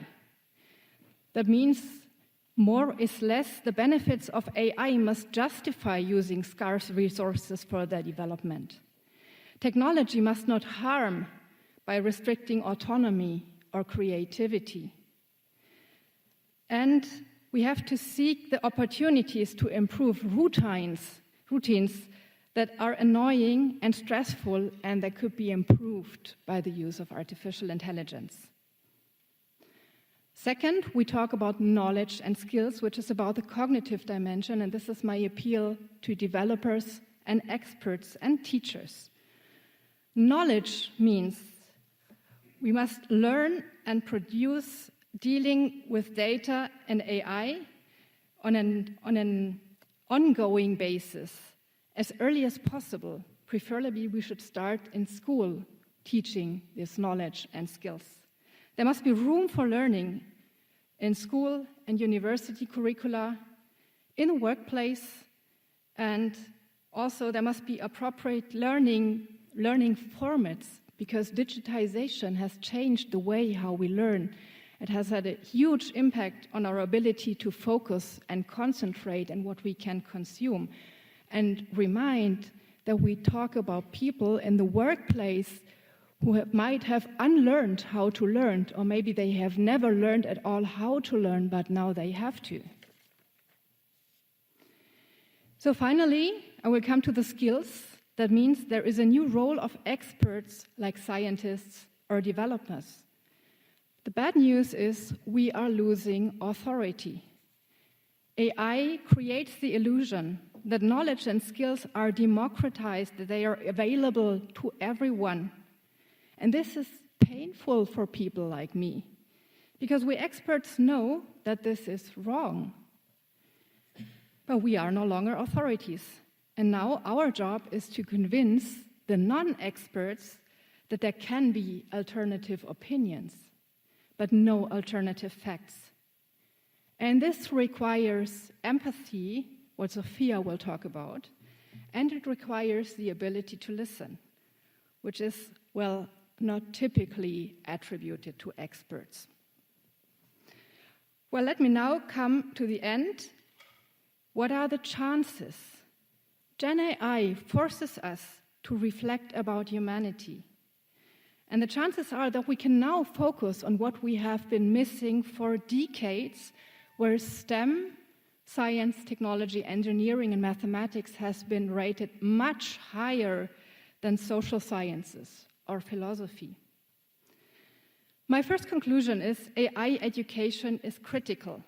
At least everyone should roughly understand that generative AI does not deliver facts.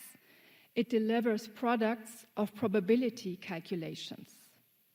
And we have to teach not only technical skills, but critical reflection. And therefore, I believe that AI and data education should not only happen in STEM, in mathematics, technology, and so on. It should happen in literature classes, in arts classes, in philosophy classes. And my second conclusion, AI has no moral compass. So we have to focus on the right question.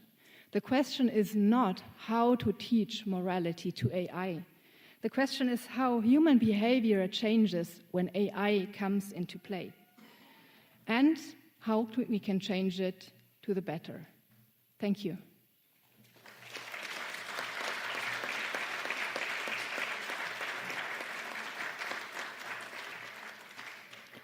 Thank you, Katharina, for those stimulating thoughts, and we will get back to them in a few minutes. Now, Sophia, please. Thank you. With the growing use of AI and generative AI, we have become accustomed to automating interactions. Our words are rewritten now by ChatGPT, Gemini, and Claude, which inflate our speech, manage our daily tasks, and fill our students' texts with computerized hallucinations. The world, according to ChatGPT, is a different world. It is a less human world, where we make fewer grammar mistakes, complete tasks faster, and are required to make fewer efforts overall. However, it is also a world where communication and interactions lose their human touch, and where we are less empathic with one another. In my opening remarks, I'd like to discuss the relevance of empathy in the development of generative AI. And I'll make 3 points. First, empathy is crucial for digital transformation, and particularly in the interaction between government and citizens. Empathy is inherently human. We can experience empathy as an emotion, but we can also behave in an empathic way by simply saying, "I'm sorry. How did that happen? Can I do anything to help you?" Empathy has been studied by a wide range of fields, from evolutionary biology, psychology, to management. With my work, I try to include the two in the study of law.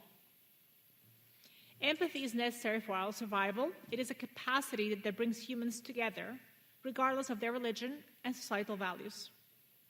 And empathy is a capacity also to see beyond our values and place ourselves in others' shoes. It is closely linked to compassion, or the wish to alleviate others' suffering, something that is crucial to, of course, to the Catholic faith. But empathy also goes beyond it, as it involves understanding others despite our framework of reference, and without expressing judgment. This impacts how we administer law, as it may signify that we have to forgive mistakes that we otherwise would not. As the lawyers among us might know, ignorantia iuris non excusat, which means basically that even if you make a mistake, you rarely are forgiven. You're supposed to know the law. But introducing empathy means creating exceptions, simplifying legal procedures to ensure that citizens experiencing difficult circumstances are able to exercise their rights. In my work, I also argue that empathy should be a public value, a principle guiding bureaucracy and digital design.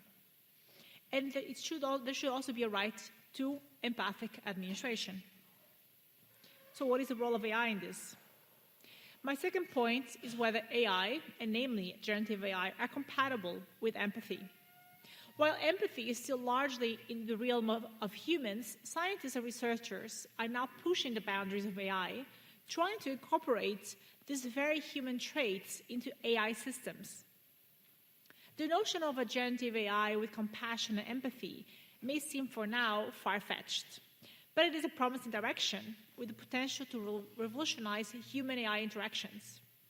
Law, ethics, and policy should consider both the potential risks and benefits of what AI and generative AI may have to offer. And this is particularly important for a set of reasons. First, while empathy is inherently human, studies have revealed that the recent generations, so my students basically, are less empathic than the previous ones, so the generation sitting here. Our youngsters may be more sensitive to mental health issues, for example, and they may demand more compassion from us, and certainly more compassion than many of our parents and grandparents had when we were children. But young people are also less prone to empathy in many other circumstances. Second, the regulation of AI in Europe is primarily focused on risk management rather than some human values. While the AI Act introduced fundamental rights assessments, it has treated AI mostly as a product, which safety must be trialed and tested. It has many advantages, for sure, but it will be also important to stimulate developers to develop more AI for the good. Third, I come to my last and concluding point. I'm not necessarily a techno-optimist, but a techno-realist. We need to change our attitude towards AI. While there are many critics of AI and generative AI are not going to go away and we're not going to go back to the 90s. The efficiency brought about by these technologies is unparalleled, and it's crucial to keep working on developing AI for the common good, and especially creating a generative AI that translates human and public values. This is where we should look at emotional AI. Emotional AI is a subset of studies, which has showed great potential and may be used to support humans in understanding others' positions.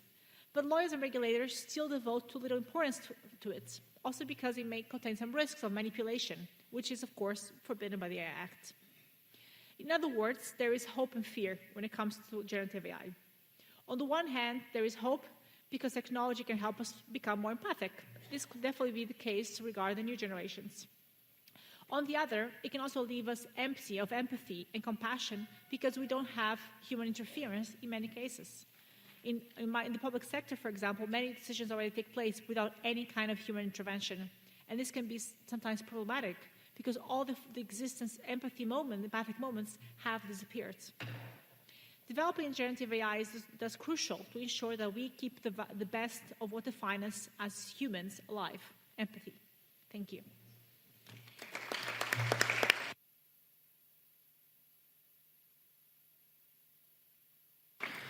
Thank you, Sophia. If we had to summarize the last two presentations in 2 words, we would say education, empathy. Hopefully we stay on the E's throughout. We get efficiency and ethics. So that's the plan.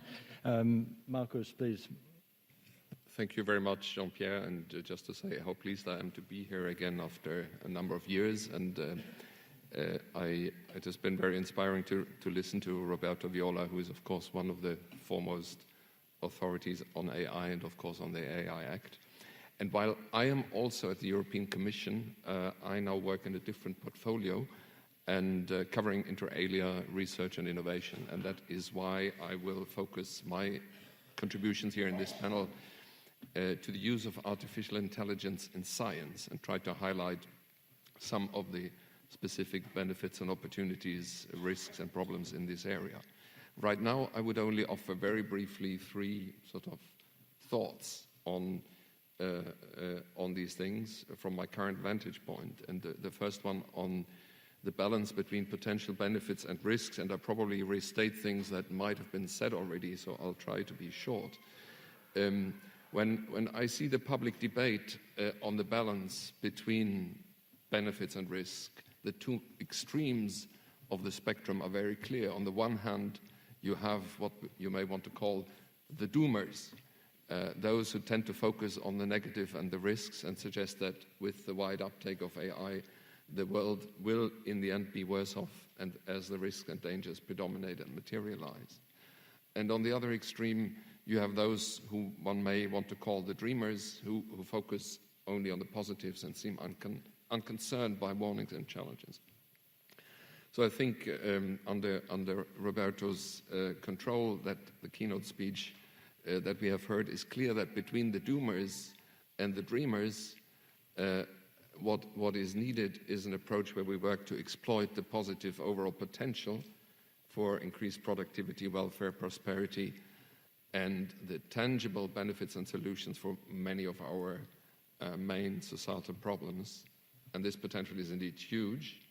And at the same time, recognize and address the risks and work to promote the deployment of a human-centric and trustworthy AI by ensuring a high level of protection of health, safety, fundamental rights, and this is precisely what the AI Act is doing.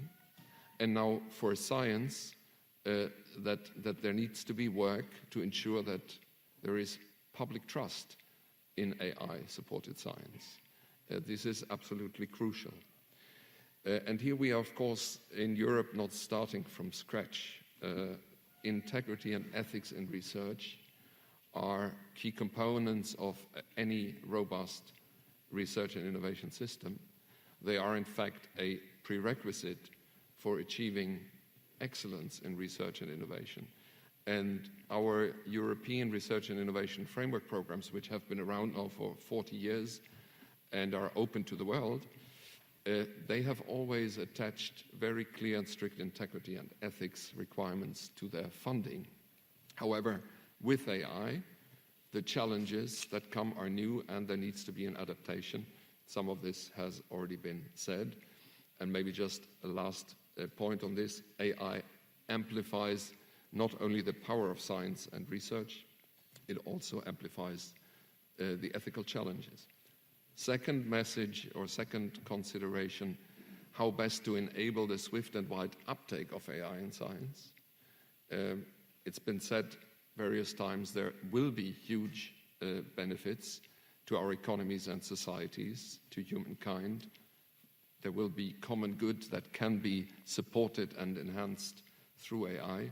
So it will be important to make sure that we're in this technology, and particularly that we take up trustworthy AI in science. And this logic is, of course, very much aligned with that of the AI innovation package that the Commission adopted earlier this year and to which Roberto Viola referred. And here just to say that in the area of science, we have, of course, a lot of input from outside, from experts. I just want to mention the opinion of the Science Advisory Mechanism, and particularly from the Chief Scientific Advisors Group. And I think one of the Chief Scientific Advisors, Professor Meloni, is on the list of participants. I'm not sure, I haven't seen him yet. But they're giving input to us, and they tell us what is needed for this uptake. And of course, there is public funding that is needed. There is a necessity to make accessible, in particular to researchers, but smaller companies, startups, state-of-the-art research infrastructures. Roberto Viola referred to this on the supercomputers. There is incredible benefits to be reaped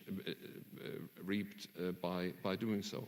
And then there is, of course, the aspect of education, of attracting and retaining people with the right skills and supporting interdisciplinary collaboration. And finally, third point, how can we address the ethical issues of AI in science in practice?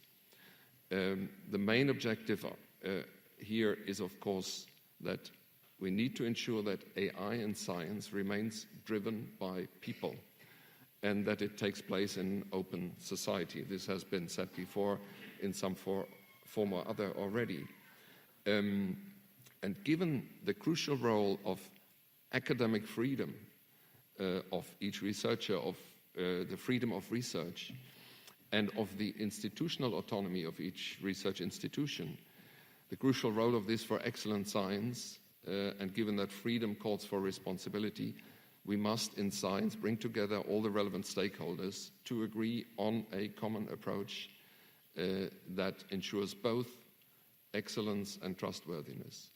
And a good example here, and there I will leave it, are the so-called living guidelines that have been proposed for the use of generative AI in research by a large group of stakeholders together with the Commission and member states. So here we are, these guidelines aim to inculcate an attitude towards AI, and of course, as living guidelines, they will be adapted, and this is a key issue as well. We need to be agile in doing so. Thank you.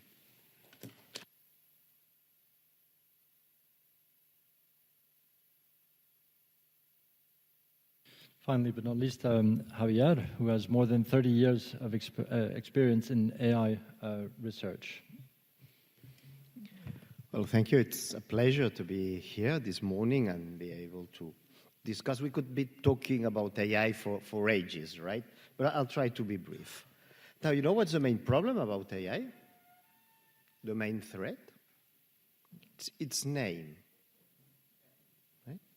AI is a metaphor. Right? It's a metaphor that associates some mathematical stuff, some algorithms, into something that we consider human, which is intelligence. Right? Human intelligence is human. Humans are intelligent. These things go together. And the worst of all is that the whole storytelling about AI just reinforces this metaphor, because we speak about machine learning. Machine learning is parameter adjustment, right? So you have a formula, you have some free parameters, and then you try to fit a function. Hey, That's not that cool as saying that your machine is learning, okay? It could have been called cool math algorithms, but it's not. It's called artificial intelligence. So this really boosts our imagination about what these algorithms are doing or are capable of doing, right? So the best way to deal with artificial intelligence is understanding, as Bob said, and we've been quoted today, as a tool, un strumento. AI is a tool, right? It's a very powerful tool that has come to in our hands, right? And with this tool, the only thing we do is just the same things that humans do in their daily activities. Actually, AI is not allowing to do, quote-unquote, more things than those that we have done in time. I mean, people quote about fake news. AI generates fake news. Fake news can have been generated all over history. AI helps captivating or capturing the attention of people. Well, the word economy of the attention was already coined in the late 60s, when AI was not that powerful, right? It was about on how people would be close to the TVs, right? So actually what we are doing with AI is not so different than what we've been doing all the time. But there's a main difference, the scale, right? AI can perform these activities at a very, very large scale with very powerful success. Why? Because it is able to compute very fast. It's just like chess playing, right? I mean, if you remember 1996, the first chess computing program bet a world chess champion, okay? Since then, now, any of your smartphones can beat the current chess champion. So what's happened in the end? Did people stop playing chess? No. People play against people. We know that the machines are better at playing chess because they can compute more. Okay, now we understand this. Let's keep having the fun. Problem is that, current applications of AI are not just about the fun. They are about very, very many things. And one of the points that generative AI has brought in the late times, because generative AI, also too good a name, by the way, right, has brought lately, is the fact that anyone has become an active user of artificial intelligence. I mean, artificial intelligence software has been around for a long time, right?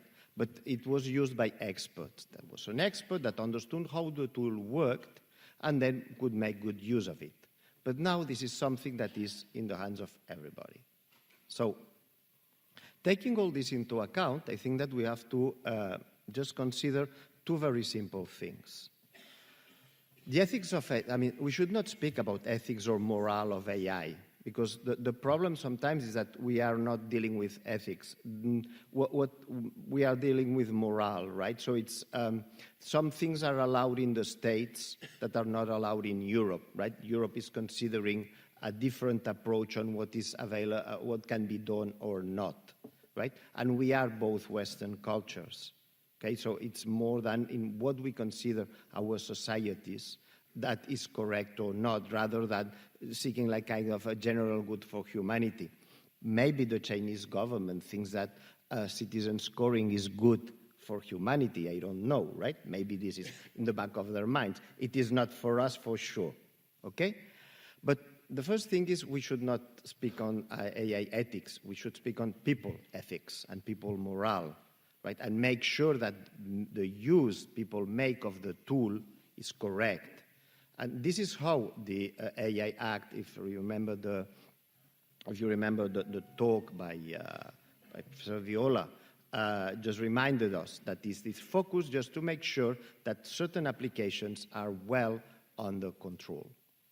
The second thing is that, okay, we've had before powerful tools in our hands that are available to anybody.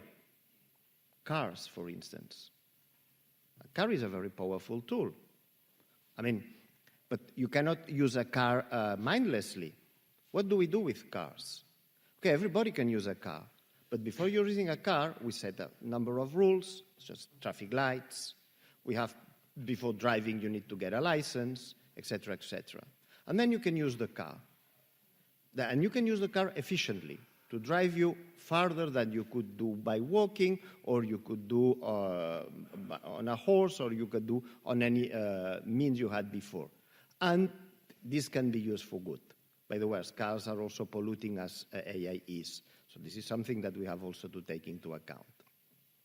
And then there are other people that will be the mechanics, that will be the ones that will repair the car. And then there will be other people that will design the cars. And then there will be other people that will design cars. Well, since we are in Italy, we should consider Italian cars just like Lamborghinis or Ferraris, right? Or Maseratis. So we can drive very powerful cars, or very powerful trucks, right? Or or any other tool that may be in use for humanity, right? So I think that with these ideas, we can start the debate. Thank you.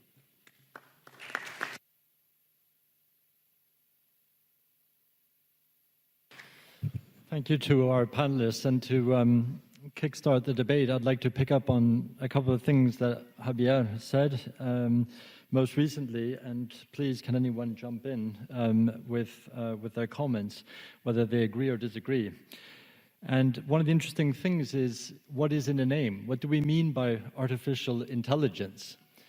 I was thinking, it reminded me of the old joke about the Holy Roman Empire, which was neither holy nor Roman, no offense to the Germans here, but is artificial intelligence really a form of intelligence? And is it moral or amoral?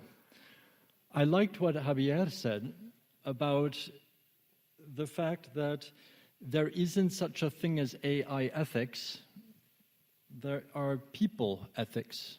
It is the people behind the AI, the people behind the algorithm that are driving the ethics. But now I want to play the devil's advocate. So, we had the example of a car. When you are building autonomous vehicles, you have to program into that vehicle's computer system scenarios where there could be an accident. Imagine that on one side of the road there's a child, on the other side of the road there's a grandmother. That autonomous system must make a decision, which I would say is a moral decision. But the technology has delegated that moral decision, which normally we would engage in as moral actors. We have delegated that decision to a machine. Of course, humans program the machine, so I can either program it to prefer hitting the child to the grandmother or vice versa, or you could have a random number generator saying, pick a random one. But these are real decisions that are being made possible by the technology. So is it true to say that there isn't such a thing as AI ethics? And I open this to anyone on the panel who would like to respond. Yeah, I would like actually not to respond to your question because it's a very difficult question. But I would like to refer to something Roberto Viola said in the speech, if I understood right, that the number of car traffic deaths, I guess since the 50s, was higher than the number of deaths in the Second World War. That is absolutely shocking. I don't know how, I don't have the figure in my head, but I would venture to say, and I'm not sure whether you expressly said that in your speech, that autonomous driving would probably have avoided most, if not all, of these accidents.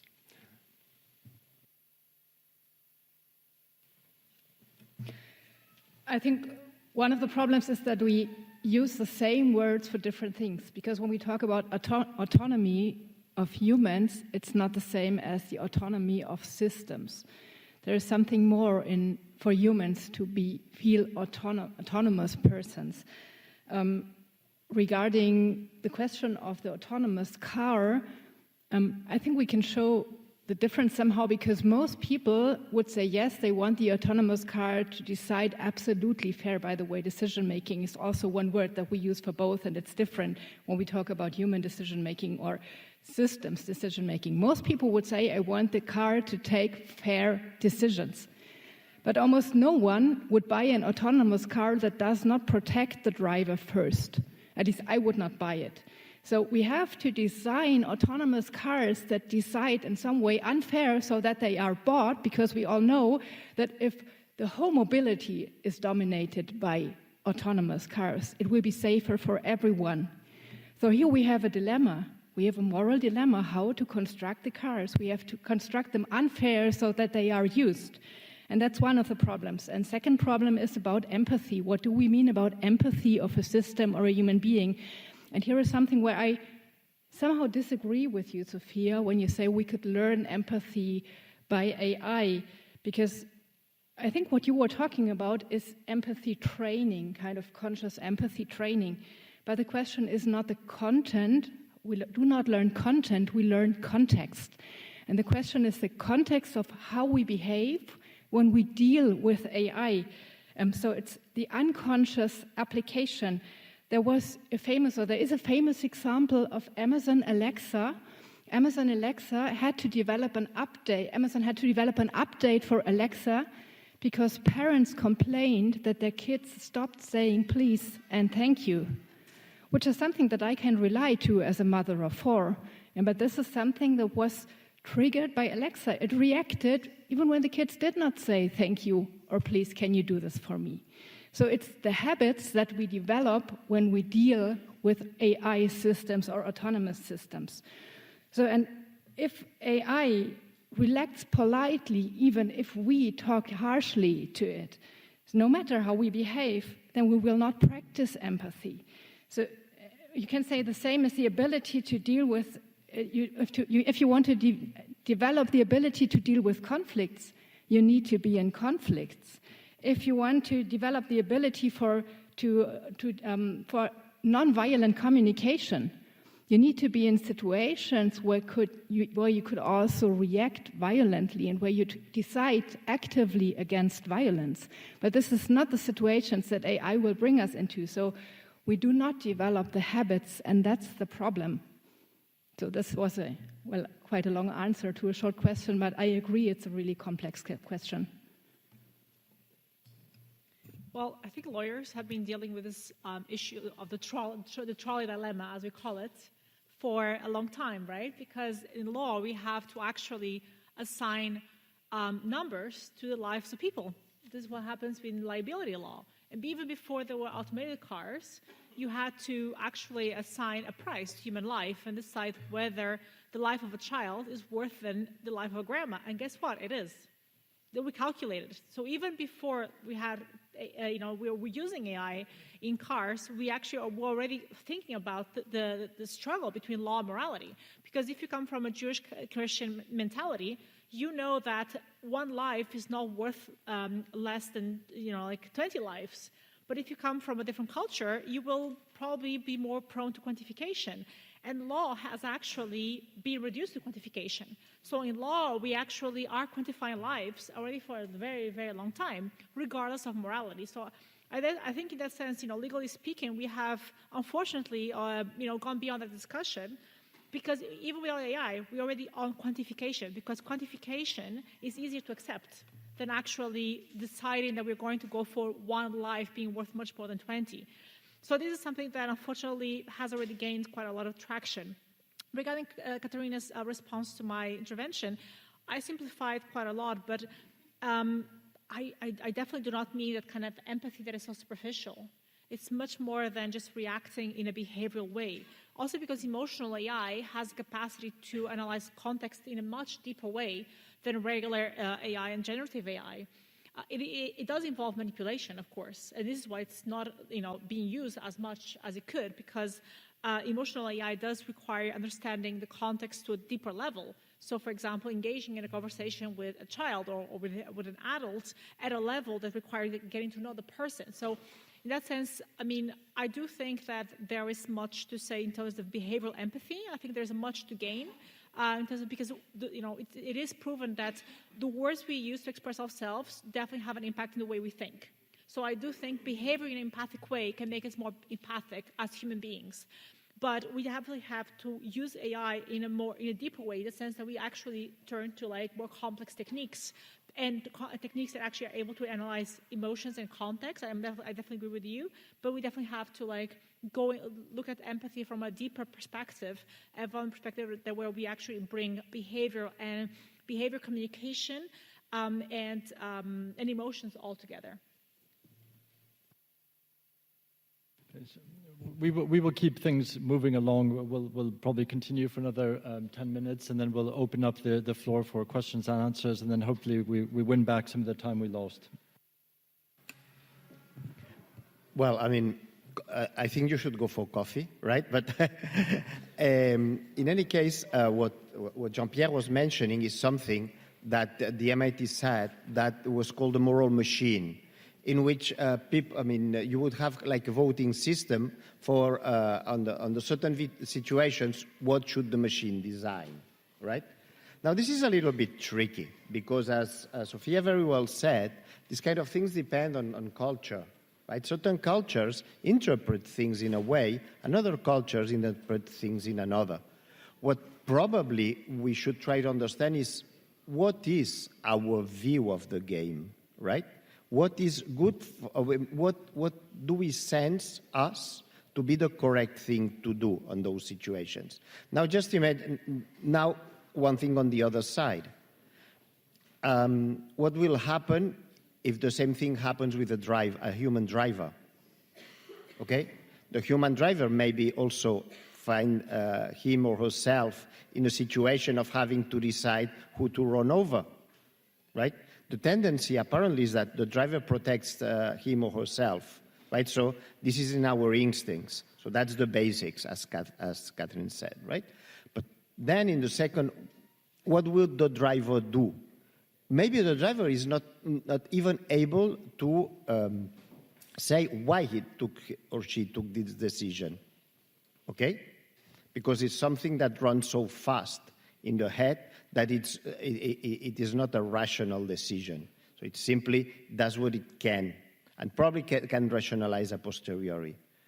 Maybe the good thing of artificial intelligence systems is that they may be accountable, right? Accountable may mean that you can check what would be the reactions in a certain environment.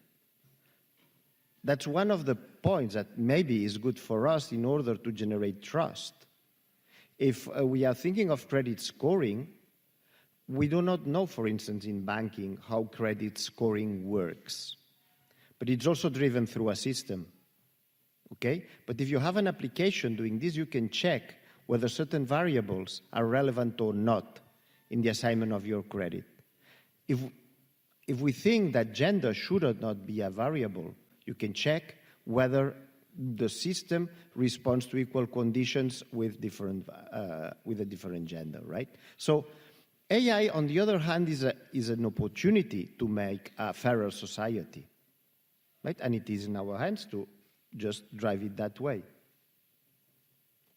Thank you, Javier. I will ask one more question of the panel before opening up to questions and answers from questions from the floor. And my final question to the panel is artificial intelligence overhyped? Are we excessively concerned about this? Provocative question. And I would say that there are probably two reasons or ways in which artificial intelligence is subordinate to or inferior to human intelligence. The first is that, at least currently, artificial intelligence cannot produce something which the human mind has not already produced. Let me give you an example. If you asked a Gen AI to come up with an entirely different linguistic framework outside of anything that humankind has ever expressed linguistically, I don't think it would be able to achieve that, because it depends upon an exoskeleton of data which has been formed and trained by semantic expressions, grammatical usage, etc., which form the basis of our communication. So in that way, I would argue AI maybe is inferior to human intelligence. The second reason why I would argue it's inferior to human intelligence is because it is an incomplete intelligence. It has no morality. It has no sentiment. It has no emotion. It has no capacity to discern between right and wrong. It has no capacity to understand the consequences of its decisions. This is what makes us human. And so with all of this in mind, provocative devil's advocate question, are we excessively concerned, and how do we leverage the great benefits, which I would argue are maybe twofold? One is the capacity to analyze data much faster and in much greater quantities than the human mind could ever hope to establish, which has powerful applications in medical diagnostics, for example. And the second example is one where I'm just trying to find the best way to express this, is one where you can reason in multiple dimensions, whereas the human mind is limited by the dimensionality of its reasoning.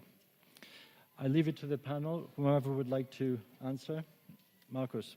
I would like to come in with one brief observation, but I want to preface it with a clear statement that I'm not an expert. I'm in the field that I'm in right now for 9 months. But I want to say something on the scientific process and your question as to whether AI is basically not leading to outputs that let's say, are breakthroughs. As far as I can see, and from what I read and from what my colleagues tell me, the impact of AI on the scientific process can be so revolutionary in terms of enhancing productivity, speed, efficiency, that the time from starting research on a societal problem, whatever it is, let's say advanced materials with properties that may be extremely useful in addressing the climate challenge, batteries, that sort of thing. The time for the process may be shrunk so dramatically that we should get to breakthroughs much faster than we ever thought. I mean, when I think back on my very humble PhD thesis 30 years ago, probably I could write it in a day or so. I spent years on it, also on data collection. But for the scientific process, I think the breakthrough potential is really high. And when you think of what is often said about the technologies needed to get to net zero in 2050, are not yet there, or many of the technologies are not yet there, I would say AI is definitely an option through the revolution of the scientific process in terms of efficiency to get us there more comfortably. Just to say, obviously, as I would want to stress, the human beings need to be in the driving seat. I would like to add about something that is underrated, in my opinion, and that is the part of the human component, even in data and AI-based decision-making.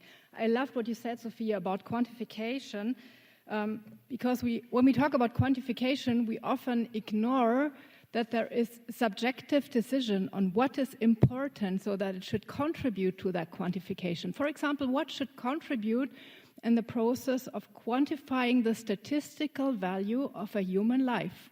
What should be in there? What should not count when we calculate that value? And I think this is very important for something that you said in the beginning, Jean-Pierre, which is about the development and implementation of policies in Europe, because one thing that I often hear is evidence-based policy making. So this seems to be the new magic word. But what does this mean for data and AI? I think there is one requirement regarding data, which is about the quantitative information. So the data should be representative, it should be unbiased, and it should provide information about causality when it's used for policy making, because otherwise it's impossible to derive efficient measures. And this is about statistics. And the second thing is requirements regarding generative AI, so the qualitative information. What should it disclose? It should deliver facts and not hallucinations. And what should it not disclose? It should not disclose, or it should respect copyright issues. It should respect sensitive personal information, and we can see a variety of cases where it does not, even if it's said that it does so. The most recent case was a new Gen AI tool, Perplexity. You can read about that. So it really revealed sensitive information and did not respect copyright issues. And it hallucinated, even if it said it does not so. So AI can help us doing things right, but it cannot help us deciding what are the right things to do. And this is what we as human beings have to decide. We have to find a good balance between two fundamental rights. And one right is the right of citizens, our citizens' right for policies that rely on informed decision-making. That means evidence and transparency. But on the other hand, it's the right to control our personal data, so the right for privacy. And that's what we, as human beings in policymaking, have to decide.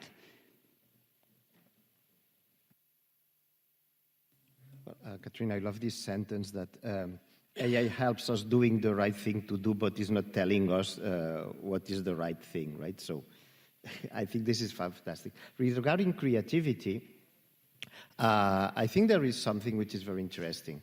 I quoted 96 when Deep Blue bet Kasparov, right?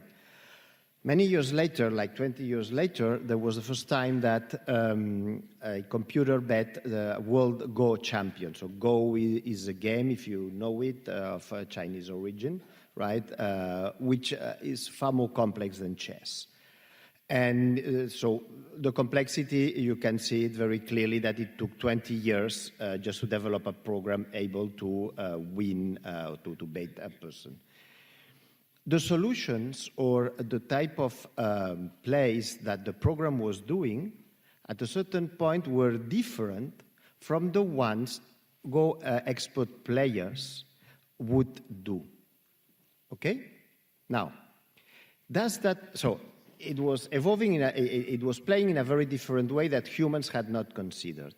Now the question is this creativity? Well, actually, what these players, what these programs basically do is they set that kind of, they set a function which is how they estimate they will win the game, and then they try to optimize this function. So basically, what this program was able to do was to explore much better the space of solutions as the human brain. Now, problem is that so is this creativity? No, it's a better exploration of your search space. That's what we would say in technical terms. But probably this is helping us to understand the way we think. Maybe AI is a very good tool for understanding how our brains work and what they are able to do and what they are not. And maybe this is an add-on just to make sure that we invest sufficiently into this. Thank you, Javier. So to conclude this panel, along these 4 dimensions that were elaborated, education, empathy, efficiency, ethics, thanks to Dr. Viola's intervention and the panel, we've been able to delineate 5 principles that we think would be important as we think about how to control or remain in control of artificial intelligence. The first is, it is an instrument, not an end. The second is that principle of non-exclusion towards the common good, which obviously requires a competition policy element. It should be non-discriminatory. It should be human-centric, putting the human person at the center as subject. And finally, it should be human-controlled.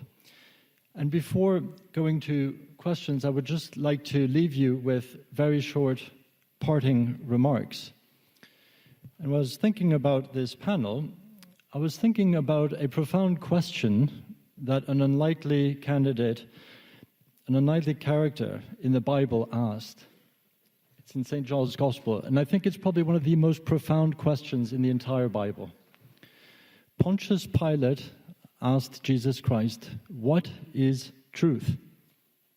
He tries to understand the significance of these events that are unfolding before him, and in which he's to play a decisive role. And I think at this point in human history, we need to again decisively ask this key philosophical question: what is truth? Because humanity today is at a crossroads, an inflection point, where critical decisions need to be made not by regulators and governments or corporations, but by every single one of us, to ensure that we truly exercise our God-given freedom, free will and agency. And we have to decide whether we're going to allow ourselves to be driven by these technologies and allow them to usurp our human agency, or are we going to remain in control? So here in the Chittaitana, we have the answer.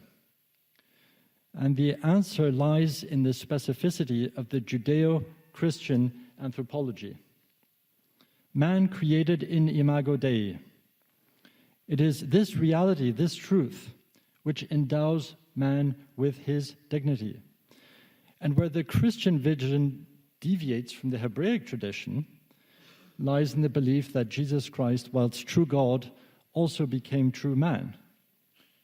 His incarnation, by taking on our flesh and fully participating in all of the limitations and sufferings and frustrations of the human existence, sanctified the human condition over and above imbuing it with infinite dignity and worth, dignitas infinita.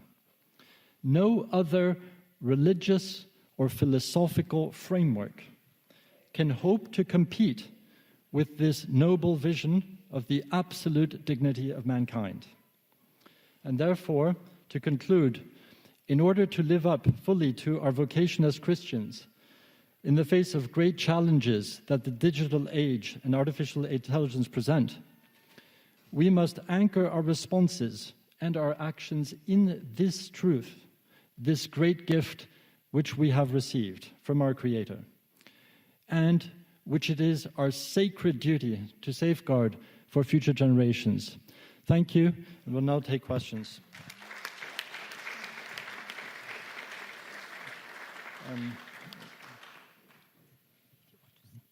Thank you.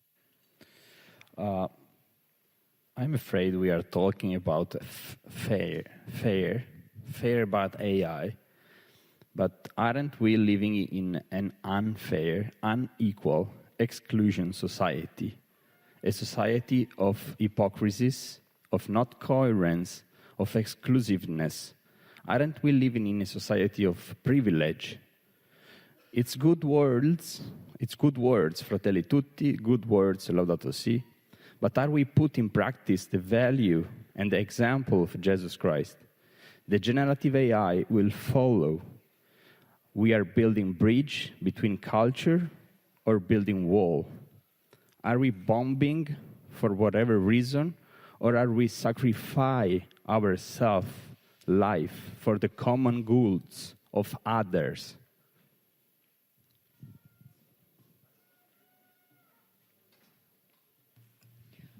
Thank you for the question. I think this is a crucial issue when it comes to AI at many levels. One element, AI is the AI as it's being developed is being developed on extraction at many levels. Extraction when it comes to the data colonialism, when it comes to resources, as Katarina said, and of course on the fact that the powers that define AI are very much focused in the hands of big tech.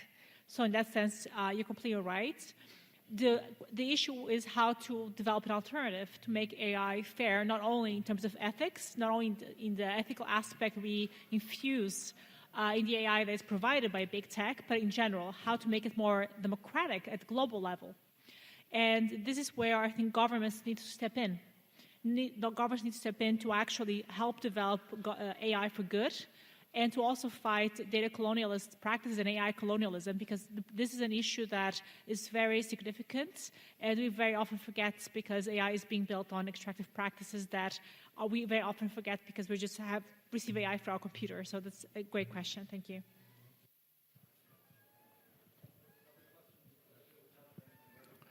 Hello. I have the microphone, so I take the word. My name is Servais Hermans. I'm a geneticist. I'm trying to do algorithms for 50 years. If 4% of my data are wrong, my algorithm doesn't work anymore. So you have been talking about ethics and morale and all kinds of things, but the origin of everything, the data, has not been a subject to discussion yet. And I think that there are many data completely wrong. So, for example, the car deaths. The car manufacturers came to the conclusion that 70% of the deaths in cars were male and 30% were female. And then in the hospitals, the data said that 70% of the car deaths were women and not men. And the only thing that was different between both of them was the fact that the car manufacturers took only the driver as a reference and not the co-driver or the person next to the driver. So that means that if you look at outcome of algorithms, the data are the most important. So should some data be excluded from this artificial intelligence because they are not right? The gender equality, that was part that you mentioned, this gender equality, all the data are about men and not about females, which is an enormous mistake. And it is lying there as an origin of what comes out of these data. So I would plead for much more focused on the input. Thank you. Absolutely. Garbage in, garbage out. Thank you so much for emphasizing that. That's what I tried to say in my last statement when I said we need requirements regarding data. And what you said is especially the gender data gap, which is well known not only when it comes to mobility. By the way, do you know when the first female crash test dummy was invented? In 2022, the first female crash test dummies. So all cars were designed to protect men and not to protect women. That's crazy. The risk of being injured in your neck or in your arms or in your legs is 20 to 80% higher for women if they are in an accident. I mean, that's shocking, I think. The same is true when it comes to pharmaceutical development, to development of medicine. So it's more often that women die because medical drugs are not tested enough on women. And that's really, really a problem that we're talking about. So it's about how can we get not only wrong data, but unbiased data and data that is fair in a sense that it's not only descriptive, but that it can serve also in a normative function, that it describes the world as it should be and not the world as it is. Thank you.